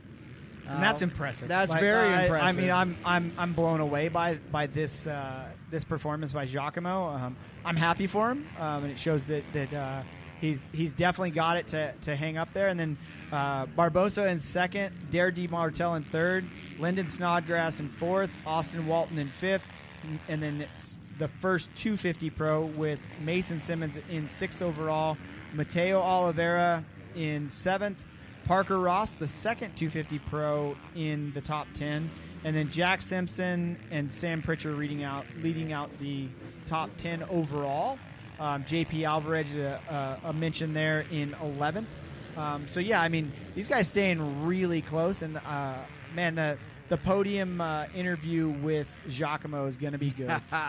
Pumped up. It's nice to see him catch his stride here at the end of the year, too. I know he was having some problems in the beginning of the year. As we take a look right now at Trevor Hunter, there's the 22 of the Kawasaki-backed riders. Got the lucky pink on, son of NGPC official Craig Hunter, brother of the rider making his debut, Kai Hunter, in the 125cc expert category. So the pipeline is strong into the pro category. We'll be seeing these guys. Be cool to see him stay on a Kawasaki, too, and get a Kawasaki up there in the Open Pro category. Maybe Colton Eck. Trevor's already done the pro stuff, and he's made lots of strides now with the plus 25 class. I think the next Hunter that we're going to see in the pro class will be Kai. He raced the amateur class, but this will be his first expert race. So that's going to be kind of cool to see how that goes over the next couple of years and see how he progresses. I always give Trevor Hunter a bad time about, like, look at how stiff his suspension is. Like, he's not a very big guy, and he's got like Supercross style suspension on his bike. So I was telling him, hey, if you were to let that kind of loosen up a little bit, you might go a little bit faster. He goes, nah, that's what I'm used to. That's what I'm going to do. So it's definitely he's making that Cowie look good out there in front in the 20+25 class. So like I said, the top guys still all within about top three within about 15 seconds of each other. It all comes down to rider preference as we are in the last 10 minutes of this race. First time I met Trevor Hunter, he was with Hayden Hintz out in the desert races. So, we talk about the conditioning here. Some of these guys are used to going 3, 4, 5, 6 hours. Vegas to Reno, crazy. Covered that one this summer. 550 miles through the Nevada desert. Any desire to ever do that, Mark Tilley? No, it's way too fast. I'd love to see you do it. I mean, I bet you could. Average speed of about 55, 60 miles an hour. Like, yeah, and top speeds of over 100 miles an hour. And I know that Trevor and Hayden have some number 1 plates in the Best in the Desert series, so that's impressive. We did a thing on one of their bikes a couple years back, but it's definitely impressive. Almost about as impressive as this guy. Like, he knows he's within 10 minutes of a NGPC championship or an NGPC race win, and that's redemption for this guy. I've raced against him. I know him, got to know him over the last couple of years, and I mean this is huge for him. And if Barbosa wants to get by him in the final stages of a race, he's going to have to move him out of the way. And Giacomo's not a very small guy. No, he's not. He would love to be on top of the box. As we said, a great performance for him last week at the Vette Nations. The only problem for him is his team didn't get the win. What a rivalry we saw between Italy and Canada. It was so fierce that they were challenging IDs. That looked like our buddy Giacomo putting Josh Mosman a lap down. I think Josh is kind of looking at it going, yeah, this is a really long moto. So it looks like that was Dare DiMartel. I don't know if we missed Barbosa or if that's something that has happened and we don't know yet. Well, that shows you how much things change from venue to venue, because Giacomo and Mosman weren't that far apart at Glen Helen in terms of lap time, right? Last week? Yeah, but they're both Giacomo's over 30. Mosman is under 30. So Mosman, I believe, was racing a +25 class. So the laps the race times are going to be a little bit shorter.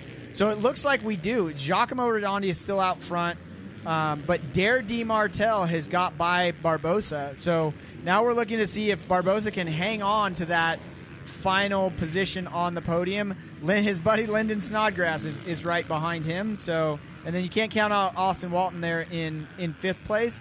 He might be able to get by those guys and get up on that podium in his final race. Well, the pit boards came out as we just passed pit row, letting their riders know we've got less than 7 minutes to bring this one to a finish here at Lake Havasu, to bring this 2024 season to a close. Who can hang on? Will it be the man from Italy, Giacomo Redondi, or will Dare DiMartel, or will Rui Barbosa be able to catch him? We're about ready to find out.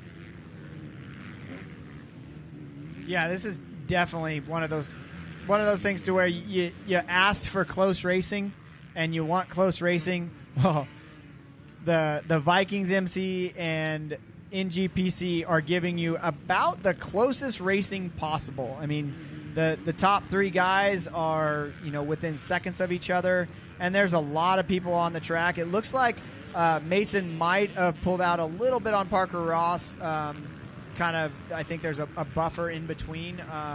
Then maybe that was Mason's kind of game plan, is kind of see how far he can go. But man, that drone footage, like, that is a long jump. Like, they're definitely you're hitting 3rd, sometimes 4th gear, getting over those things, and it's one of the it's kind of funny. It's one of the faster sections on the track, and you're only hitting 4th gear. So it's not something that we're used to saying, but and then these guys are making this course look easy. There's 4 or 5 foot whoops. Somebody down right there. Looks like a lapped rider. But yeah, so official on top of that. Redondi out front got a 13-second lead on Dare DiMartel, 23 seconds on Barbosa, and 26 on Snodgrass. So the top 5 guys are within 40 seconds of each other. It is truly amazing, and Mason Simmons, for him, we have to commend him on his toughness. Remember, he was badly injured over summer break. I saw him before the race. He's still limping around. He's still not at all healthy. It's hard to believe based on how fast and just how smooth he is on that motorcycle out there. But just like Dante Oliveira, he was injured over our long break. As we're about 4 minutes away from the white flag flying here on the final round, Lake Havasu. But for his efforts, for his toughness, for his persistence, he's awarded that big number 1 plate that he can hang up. Injuries are temporary. Number 1 plates are forever. Exactly. They hang on the wall no matter what. So, and there's a lot of people behind the scenes. I just saw the chief video expert for Motocross Action walking around, probably following the Motocross Action crew that decided to have a vacation in Havasu and try some off-road racing. So don't get them in trouble now. Oh no, they're definitely working. They're testing motorcycles, doing all kinds of stuff, just like what I am with all the test bikes that we have. But you can see them out there with the I like to call them pumpkin heads. They got the orange helmets, and it's kind of their signature style. But there's a bunch of people out here for them, and look for some coverage for some test bikes that they've actually built just for this race, with the guys at Nitro Moose being a big part of it, Flex handlebars. I think Josh is on a YZ450, and then they have a bunch of people. I know Sean Bushnell and some of the other guys were definitely in my class, and I got to show them the fast way around the course. But definitely a cool thing to have as much media out here as possible, and it's great to have our sister publication, Motocross Action, here. Well, another thing that's so intriguing about this series and why this final race is so important to see who grabs the momentum is it's kind of an odd season in that you get that long summer break, and we're talking about off-season. There really isn't much of an off-season. It's early November. They're going to get back to work in January, so before you know it, the holidays are going to be here, and it's not a long off-season for these competitors, is it? And I don't think that even that, I don't think there's really an off-season for these guys. I think that they're always riding, always racing. I mean, you heard Snodgrass talk about, oh, yeah, we're not racing anymore, and we decided to come out here and have some fun and get some seat time. So it's always about making themselves better, and we do this because we love to do it, and if the kids ever say, hey, we want to go riding, I'm definitely not going to tell them no. So it's like, yeah, let's go do that. So it's and these guys are tough. I mean, like I said, after this race, if we start looking at these guys' hands, they're going to be tore up. But they're going to get back on the bike on Tuesday or Wednesday and start riding again. Blisters, cuts, scratches, monkey butt. If you've ever had that, that's not pleasant. You got to have your good padded shorts on to avoid that, as these things will beat you up. If you've never been there, you got to experience it, just how rough and tumble it is. Go ride your dirt bike for 30 minutes as hard as you can. You'll get what I'm talking about, and you'll understand why these are some of the most finely conditioned athletes in the world. They put a lot of time in the gym, on the cycle, on the practice bikes, and that includes that man right there, Mason Simmons, the 118. What a wonderful season it has been for him. Dominated the first half, was challenged by Colton the Cowboy Eck in the second half, and then pulled away the last couple rounds as he looks to put an exclamation point on what has been a very, very successful year. Well, and Mason's coming right in by the finish line. We're only 55 seconds away, about a minute away. So depending on whether or not Giacomo passed the finish line, if he got the white flag or not. So we'll see if the white flag comes out. There is the white flag, ladies and gentlemen. White flag flies for your leader out of Italy, Giacomo Redondi, and he's got a comfortable cushion. Take a look at that gap. Behind him, is that Dare up to second? That is Dare DiMartel, the factory beta team. He's got work to do. He's got one lap left to go if he can catch him. I don't know if he's got time to close that gap. It might take a mistake by Giacomo. Yeah, that's a fairly decent-sized gap right there. These guys are going crazy fast, but like I said, to get around Giacomo on a normal day is hard to do. but trying to get past him on the last lap of a pro race that he's about to win, I would, unless he falls down and knocks himself out, I would say that that's not going to happen. He's going to ride the widest motorcycle possible, and he's going to go as fast as he possibly can. Giacomo takes a look back, assesses the gap, knows what he has to do, as he is less than a lap away from taking his first NGPC win of the season, trying to put his name up there with Dante Oliveira, Cole Martinez, Dare DiMartile, and he hopes to become our 4th winner of the Open Pro category this year in 2024, saving the best for last. And when I talk about grabbing off-season momentum, grabbing 2025 momentum, can you think of another rider who has heated up more than Giacomo Redondi in the last couple weeks? No, I mean, he's definitely hitting his stride. He's got a 30 AA national championship as well going into the next year, so he basically dominated that class. I don't think there was anybody that could beat him all year long. I know I couldn't get anywhere close to it.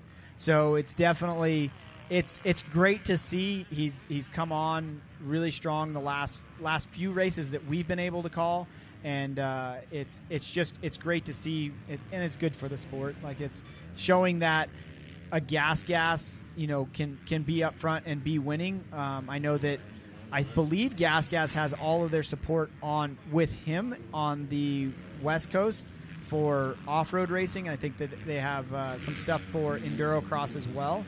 So it's great to see essentially a privateer effort with some factory support be able to step up and win one of these races. And I've always, I think he told us on the broadcast last week that he was coming for me.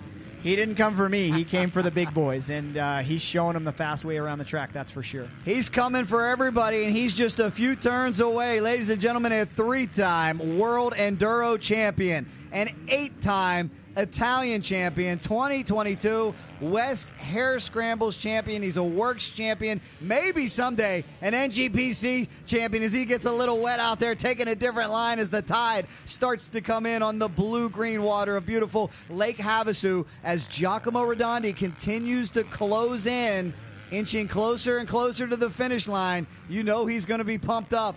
I can't wait for this podium celebration. Yeah, well, and that's about the halfway point. So he's about halfway through the lap when he drops down into the water section for the first time. So now he'll kind of work his way back up to the top and into some of the higher speed stuff. And here comes the lapper. He's coming up on here, Mark. I wonder if that lapper is going to be able to get out of the way if he knows that the leader's coming through. Well, he'll show him how to get out of the way. He sure will. About this time, there's nothing that's going to stop him short of hopefully it doesn't happen. But there is. The leader gives way. Yeah. He figures out. The lapper gives way. Figured out the leader was behind him. The astute riders really can tell, too, by the harmonics and the sound of the engine. He's got to know somebody really fast is coming behind him. Yeah, and at this point in time, if you're being lapped, that means you just don't have to do one more lap. So they're all welcoming that right about now. So this is up on the top section that's a little bit harder, a little bit more rocky. You can see kind of the spectators up there. You can see the parking lot and all that stuff. So once he makes his way, back down to the once he makes this left-hand turn, then he'll start making his way back down to the water again. And then once you go to that water the second time, you know you're in the home stretch. And if you've gotten that white flag, you know that checkered is not very far from that. I mean, I was wanting to see it in my 45-minute races, so I can imagine him and how excited he's going to be to round that corner and see that checkered flag. Well, he certainly isn't showing any signs of fatigue. Still looks very, very fast.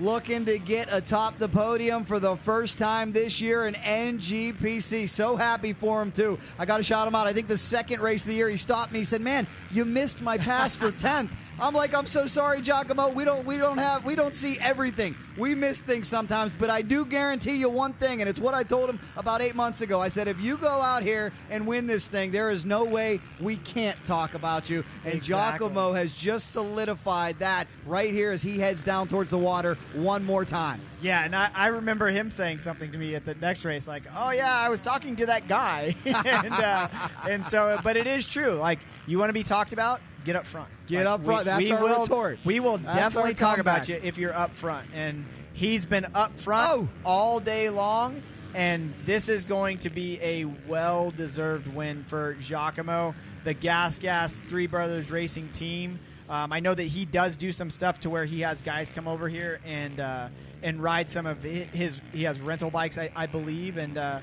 so it's really cool to see entrepreneur making it happen and kind of going for it. So Fighting his way. Look, to hit the lagoon jump. Fighting his way through some lap traffic. Giacomo's going to be smart. He knows he's got a lead. Oh, and that's the riders. So there's Giacomo right there. Here he comes. Getting past Ava Silvestri. Ava will like that. She'll be able to come right off. It's a Grand Prix finish as Giacomo Redondi, the 18 out of Lovere, Italy, on the Gas EX 450F, races towards the finish line. All the hard work that he's put in all season long. How special will it be for this man to get the checkers? He sees it in his sight. Just a few more turns left to go. This is what he trained for. This is what he'll be talking to potential sponsors about on the phone all offseason, telling them, hey, I was able to win the last round of the NGPC. Get behind me. I can win a championship in 2025. Ladies and gentlemen, say hello to your winner, Lake Havasu. Final round of the year, checkered flag for Italy's Giacomo Redondi.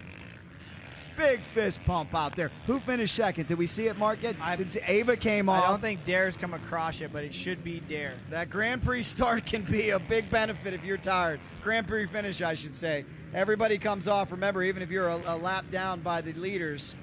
And that looks like Mason coming across in winning the checkered flag 250 class. To Mason Simmons. But a big shout-out to our GNCC boys. They brought it here today. They did a tremendous job. Didn't get the win they were looking for, but they certainly, between Lyndon Snodgrass and Rui Barboso, they brought it. But taking a look right now, I do believe that will be your unofficial 1 and 2. So it looks like Barbosa is going to be third, and Lyndon Snodgrass fourth. Mason will be the first 250 across and fifth overall. Austin Walton will be in sixth overall. Mateo Oliveira in 7th overall, Parker Ross in 8th overall, second 250. JP Alvarez gets in the top 10 in 9th, and then Jack Simpson goes in the top 10.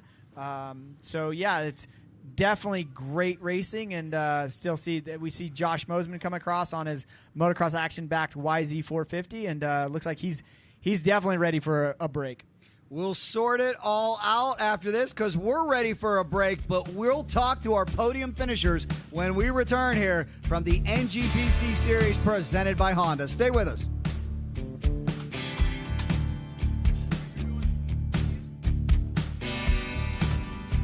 Beta is bringing its signature rideability to motocross with the all-new 4-stroke Beta 450 RX coming this winter, and the now available Beta 300 RX, the ultimate 2-stroke weapon.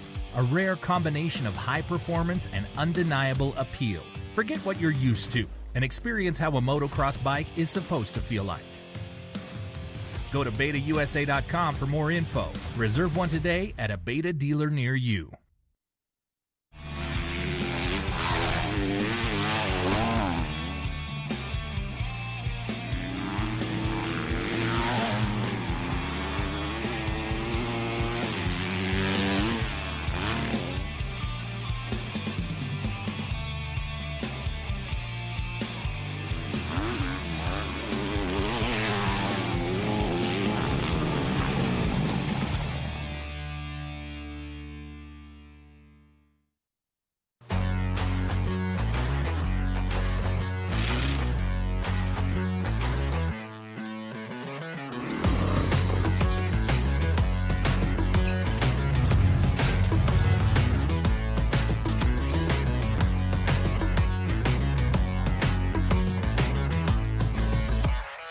I'm Jeremy McGrath, and I trust Maxxis tires. It's the only way I roll.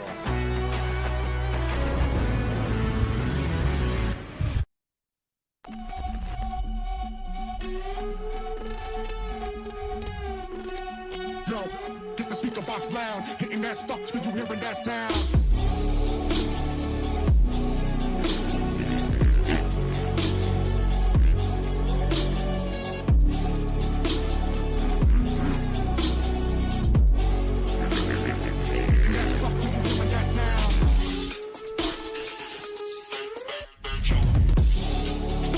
You know, you see, I can see the lever. On the bike, you can stand up.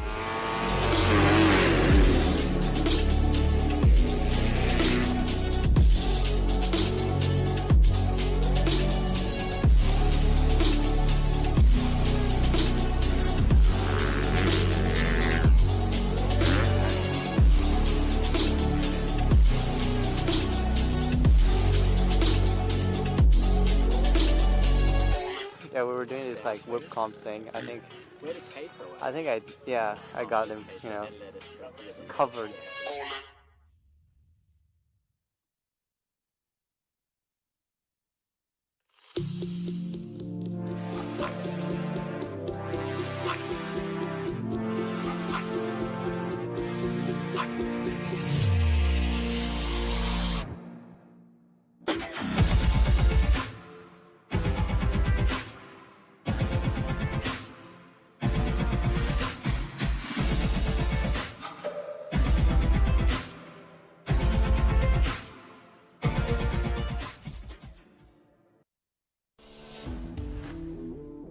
Since 2009, Seat Concepts has been dedicated to making the best aftermarket seats.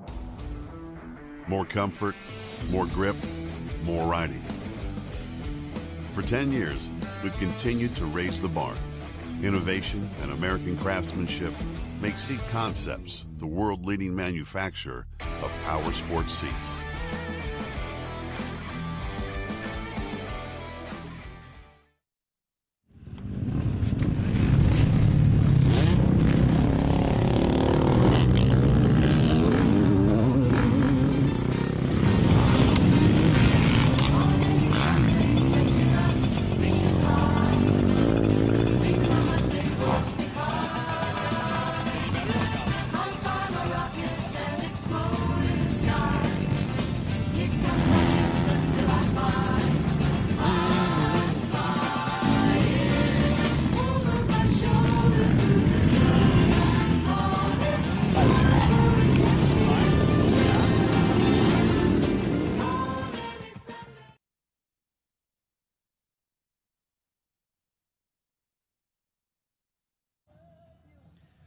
Welcome back, everybody, to round number 9 of the Parts Unlimited NGPC series presented by FMF. And that is it. We are closing out the 2024 season here from Lake Havasu. My name's Jack Rapella from Cycle Drag YouTube. Mark Tilley will join us in just moments. He's on the podium as you take a look at beautiful Havasu, a Native American term for blue-green water. How beautiful it is. And how beautiful and appropriate these results are for Giacomo Redondi out of Italy on the gas, getting it done by about a 14-second margin ahead of factory betas Dare DeMartille. And how about coming home on top of the box, third spot? We got to give him a big shout-out out of the GNCC series, Rui Barbosa, followed closely by his GNCC colleague, Lyndon Snodgrass. Again, those guys are coming from 2,200 miles away, so big shout out to them. They did a great job in this series. We hope to see a whole lot more of them. We hope to see a whole lot more of you because the information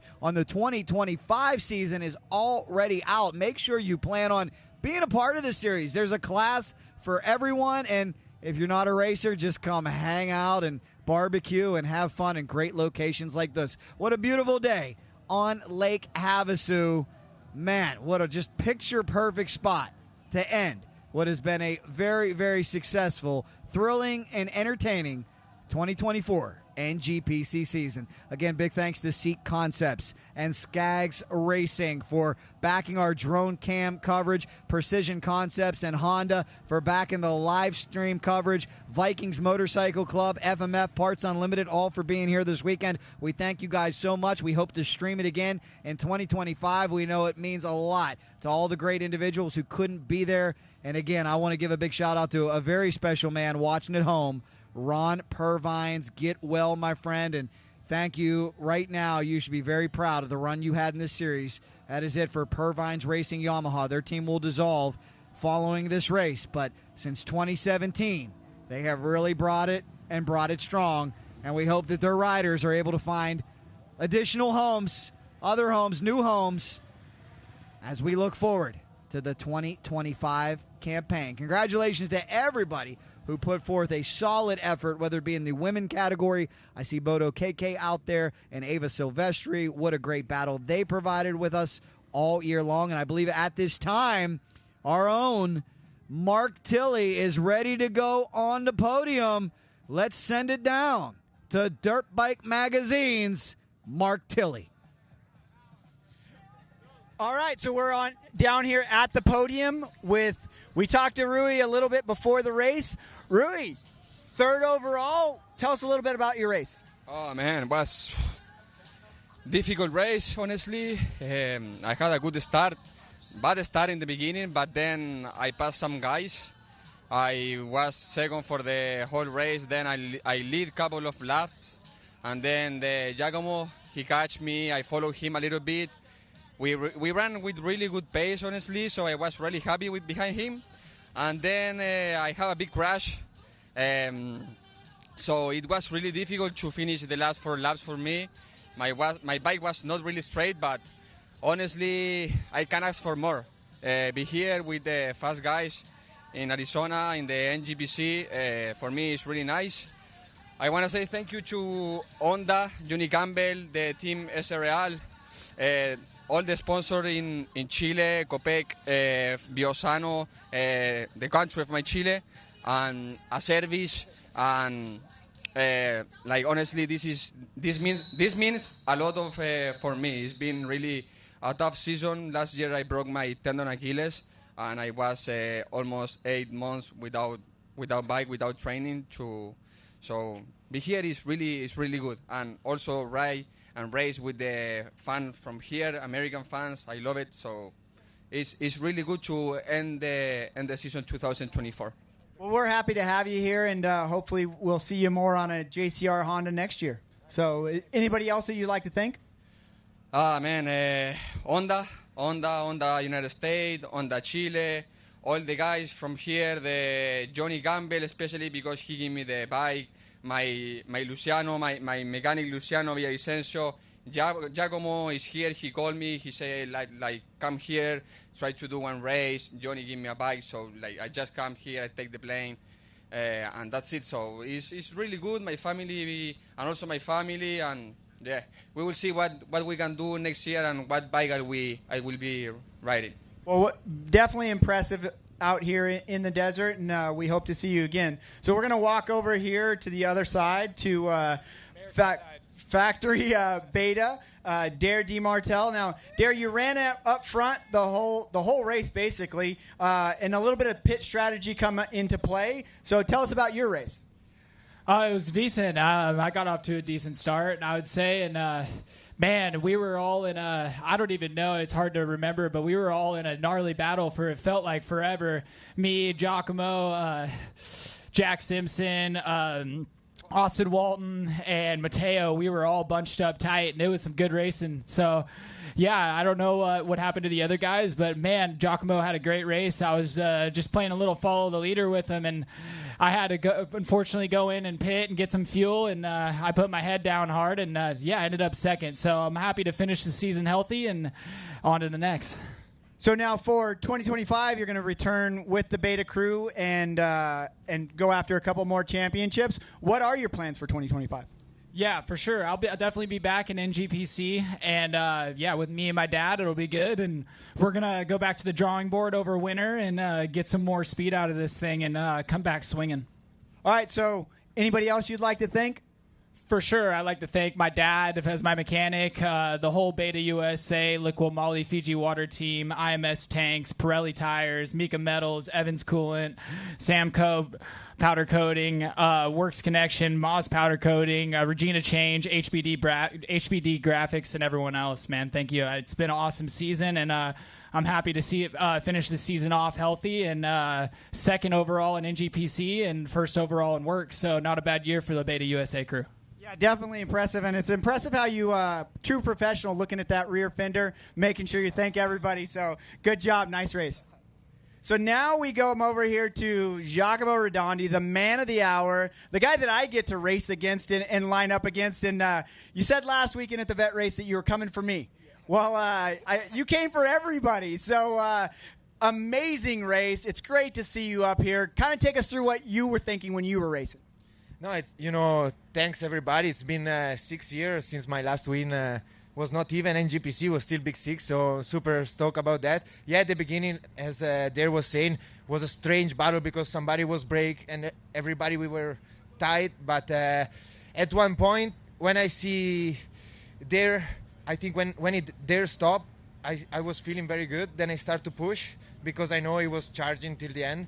So I pit two laps to go, thanks to my mechanic Alessandro, and we won on his first race here at Glen Helen at the Air Scramble, and on his last one for this year. So super stoked, happy, nothing, just ride my own race. I was continue pushing because the guys, I wasn't not used to be up front, So yeah, let's thanks to everybody, Gas USA, Three Bros, Hatch Racing, Bells, Oakley, Acherbis, Seven, Alpine Star, everybody. Well, and now the last probably 3 events that I've been able to call with Jack, you've kind of been stepping up your game. Are you doing anything different or anything that you would like to tell anybody about that? Because you're definitely stepping up your game, especially moving into 2025. So is there some kind of secret you got going on? You share more time with me.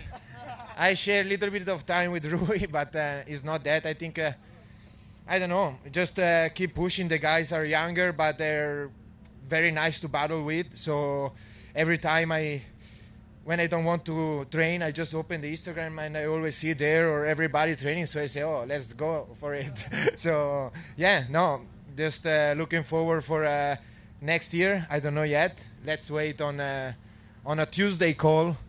So now that brings it on for next year, and I know who you're looking at in the crowd. So he's got definitely a tough decision when it comes down to giving you support and doing all your other stuff, because you are doing other stuff as well, like you're doing rental program and stuff like that. So for 2025, what's your season look like? The season looks like Tuesday call. He asked me about the 25 season. All right, well, there you have it. That's the Open Pro class. We're going to come back with the 250s. Thank you. All right, thank you very much, Mark Tilley, and congratulations again to all of our podium finishers and Giacomo Redondi bringing it home strong, hoping to get that 2025 support so he can come back and contend for a championship. Somebody has got to step up and see if they can knock Dante Oliveira off the top spot, as he has just wrapped up his 5th championship. Big congratulations to him watching at home, recovering. We look to see him in a couple weeks. And big congratulations to all of our Pro 2 competitors. And it begins with your 2024 champion, your winner here today, out of Team KTM, Mason Simmons. Congratulations to him. JP Alvarez had a great ride. He was leading for a little while and ends up bringing home a 2nd. Parker Ross out of the SLR Honda team 3rd. Kai Aiello 4th. The Cowboy Colton Eck 5th spot. Ryder Tomaselli comes home 6th. Cole Zeller 7th. Seth Sedora 8th. Justin Patton 9th. And Samuel Pretschar rounding out your top 10 in what was a hotly contested and combative round number 9 of the NGPC category in Pro 2. What a race it was. But Mason Simmons comes home with the number 1 plate and the win as we take a look at this very unique track. I sure hope NGPC is back here next year. And we do invite you to go to ngpc.com for all the information. Remember, as Mark and I were saying during the broadcast, there's not much of an off season. We got Thanksgiving coming up in a couple weeks. That'll lead us into Christmas. And before you know it, dirt bike season will start once again, and that begins with Supercross. And when Supercross starts, NGPC is not far behind. So riders out there, the jockeying for team positions, the jockeying for sponsorship dollars, and the training, it all continues right into 2025. Well, we'll continue into the podium because I understand our own Mark Tilley has our top 3 in the Pro 2 category. Let's send it down to Mark. Well, like you said, Jack, we're back down here on the podium with the 250 class. Third place, Parker Ross. We saw you run around in second a lot and then challenge for first. I think you even got into first at one point in time. You're here in the third position. Take us through your race. Yeah, I got up to a good start. I was like third, and then me and Mason made our way to the front. And I was right on Mason. I was pushing him. I was trying to rattle him, but he just rode solid the whole time. He came out of the pit right in front of me, and I ended up getting him that lap, scrubbing through some of the jumps and stuff, using some of my Supercross experience. But, yeah, got into the lead, and then I got stuck behind some of the 450 guys, and Mason was able to kind of follow me, and then I got stuck behind a lapper and got past. So, yeah, just kind of a bummer, and then fell last lap, so wasn't great.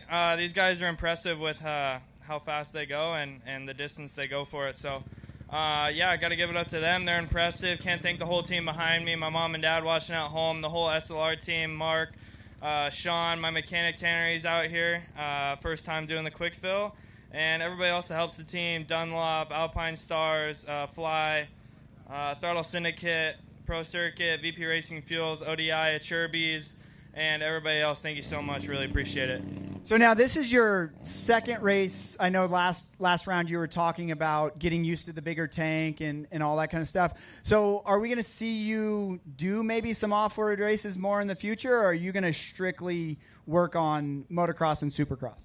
I hope I don't do any more of these. No, I'm kidding. Yeah, we'll come back. I want to win one of these, man. I've been on the podium pretty much every time, second and third, but just seem to can't get that front spot. So I'm definitely going to come back next year, but we're going to do West Coast Supercross and some of the pro outdoors. So whatever I could do, I'll throw some off-road in there too, try and be diverse, and, yeah, good training. All right, well, we'd love to see you back. Is there anybody else you want to thank? Yeah, just again, I want to thank my mom and dad, the whole SLR crew, Sean and Tanner for coming out, helping us, my girlfriend and her family for helping me, and just everybody that helps the team. Thank you so much.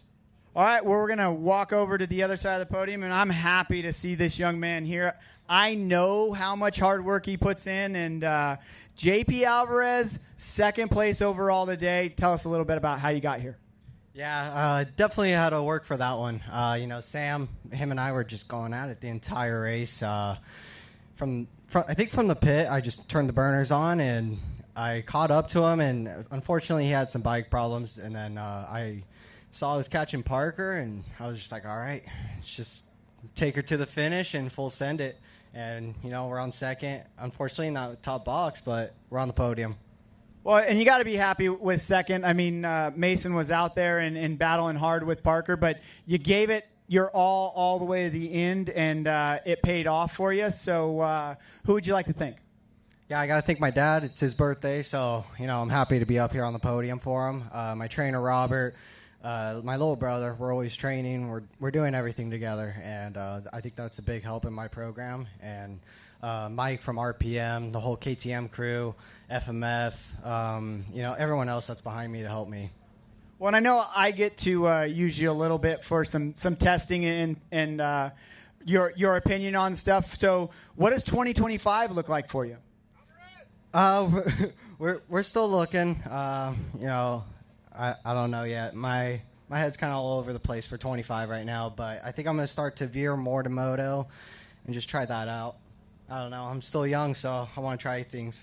All right, we're bummed if we don't see you out here, but if there's any teams out there looking for a rider, he's definitely looking for a ride, and he might come with a little brother in tow and a dad that kind of does a lot of stuff. So, okay, so we turn our attention to Mason. Mason already wrapping up the title at last round. This round is kind of for bragging rights, and you got out front early. Tell us a little bit about your race. Yeah, it was a good race. I got off to a good start, got in the lead, and then Parker, he was putting a lot of pressure on me for, right up into the pit, and then he used his scrub skills and blew me doors off, and I was had to counter-attack, and he got caught behind a lap rider, and I got around him and just kept putting my head down, and I was catching 450s, and that gave me a bit of motivation just to keep digging, and track was rough, but it was good fun too, so it was a solid day. Well, now we know because we've been talking about it, but you got a pit boss Bob in your pits, dumping your gas and all that kind of stuff. So we know you'd like to give a shout out to pit boss Bobby over there. But how about anybody else that you'd like to thank? Yeah, Bobby's jumped on board the last few rounds, and he's doing an awesome job in the pits. I can rely on him, and my brother, he helped out today too. Good to have him out here, and just everyone at RPM, KDM, Mike, he did a lot for me this year, and I'm looking forward to working with him again next year, and just all the other sponsors associated with the team to make me go racing and chase my dreams. Well, now the other thing, because we're seeing that you're bringing all your buddies over, so all your buddies are pretty fast. So are you starting to second guess your game of, oh yeah, you can come over, hang out, it's great. Like you stand on the podiums with them a couple times. They're kind of helping you win championships. So are you rethinking your drink there a little bit? No, it's all fun and games. We all train together. We all talk every day. Lyndon, he's on the East Coast. We're always chatting, and we've known each other forever, and it's just, it's good fun to have Aussies out here, and more competition the better, and it's all fun. Well, I think I'd be rethinking my drink there. I don't know if I want his friends are all fast. I don't know if I'd want that competition, but so we'll be back with some of the other podium finishers. Back to you, Jack. Thanks a lot, Mark. And again, Ben, congratulations to Mason Sammons, your champion here in 2024, and he brings it home on top of the box. Great job by Alvarez, Ross, all of our competitors out there. A hard-fought podium performance for all three of those individuals. Congratulations. We do hope to see you back. And speaking of seeing you back, here's a look at your 2025 National Grand Prix Championship schedule. As I told you, there's not much of an offseason. We get right back to work January 17th through the 19th at Delano, California. January 31st through February 2nd, we'll be back at Blythe. How about that? Some changes to the schedule. Glen Helen back on for the much-anticipated showdown. That goes down the last weekend of February, first weekend of March. We'll be back in Palms, California, April 4th through the 6th. Paula Fox Raceway, that one's on the schedule for April 25th through the 27th. Back at Marysville, California, that date not yet decided. Then we will go on summer break. And we've got Ridgecrest scheduled as well, a TBD for round 8 to be determined. So keep an eye on that. And we'll finish it up right here again next year, November 14th through the 16th.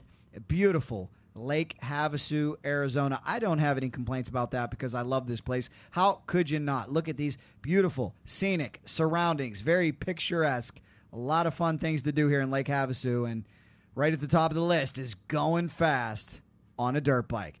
I know two ladies that know all about that because they did a tremendous job all season long, and for all you watching the live stream out there too, I've called it out with Mark Tilley. I want to see more fast females out here in 2025 to join our talented group of riders. Michaela Nielsen comes home on top of the box, followed closely by Ava Silvestri. They've both done such a great job all season long. I know Mark Tilley is standing down there with them right now. Mark, talk to these lovely ladies about what they were able to do in 2025. I know they got to be proud. Well, Jack, you're right. We're back down here on the podium. And before I talk to our second place finisher, Ava, she's probably heard me say on the live stream, you got to be proud of what you do. So I want you to promise for 2025, you're not going to be so hard on yourself. You're doing a great job at 6 days at NGPC. Everything that you're doing a great job. You're progressing, you're doing stuff. So with that being said, now we'll start the interview, but stay positive in this one. So Ava, second place overall. Take us through your race. Honestly, I was a little surprised by how fast the light turned green, to be honest. I was watching it for the Pro 450 and Pro 250 guys, and it was a lot longer than how long it took for ours to turn green, so it caught me by a little bit of a surprise. And basically, from that point on, I just immediately pumped up and just had a little bit of arm pump going for like the first 3 laps and just had zero intensity. But I stayed pretty close, pretty consistent, even with that being said. But kind of found a little bit of a flow there and kind of just set into that for a little bit and hope that, just I could, as long as I focused on myself and, putting in consistent laps, I was hoping I could just catch up that little bit of gap that I had. But unfortunately I couldn't, but I got a little closer towards the end. Unfortunately missed that last lap by just that much, but it's all good. I came out of this with a lot of positives and just happy within myself. And, just definitely trying to change my mindset after a couple hard races, but can't be complaining too much. I get to race dirt bikes for fun and for a living, so I'm happy with it and happy to just go into the off-season healthy and,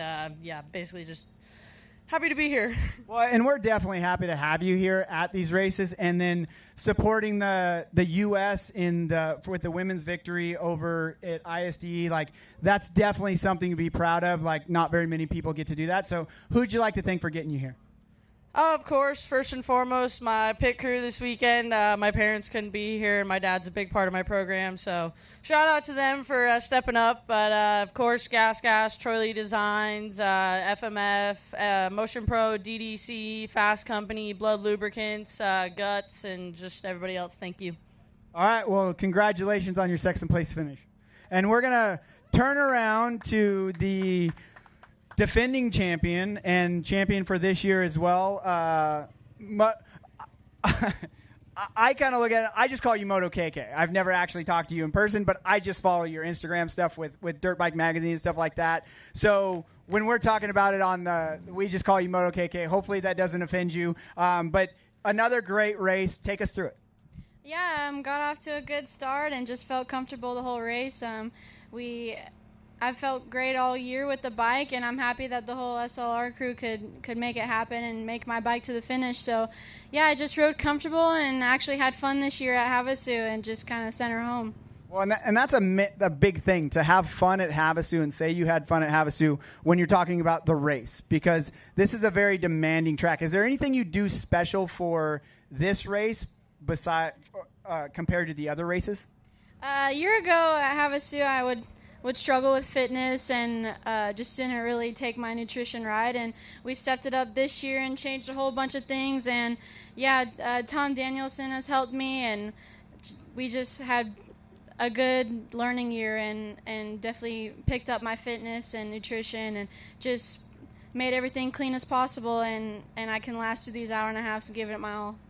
So now 2025, are you coming back with the SLR team? What are your plans for 2025? Yeah, we'll have another year with the SLR team and hopefully hit some moto here and there like we did last year. But, same goal and plan as this year. All right, so who would you like to thank? I'd like to thank my mom, my dad, my family, everyone watching at home, the whole SLR crew. Shout out to Parker for finishing Havasu, and Scott, Fly, everyone at Fly has been so welcoming this year, and IMS, ODI. We ran Jeff Emick's grips this year, and Throttle Syndicate, Monster, Alpine Stars, just everyone under the tent. We did it. All right, so there you have it. Final podium speeches. Back to you, Jack. Thanks so much, Mark Tilley. Great job, and great job by our ladies down there, Ava and Moto KK. Can't wait to see you back next year. We can't wait to see everybody back in 2025. Guys, we did it. We pulled off a year of live stream. Thank you so much. Thank you to NGPC, Craig Hunter, his entire team, Aaron Kennard, Ross Fitz, and everybody back in the trailer, our production team. For Mark Tilley, I'm Jack Rapella from the Cycle Drag YouTube channel, and for all of our great sponsors, we say thank you, and we say we'll see you in mid-January for the 2025 season. Thanks so much for being with us, everybody. So long from Lake Havasu. We'll see you next year.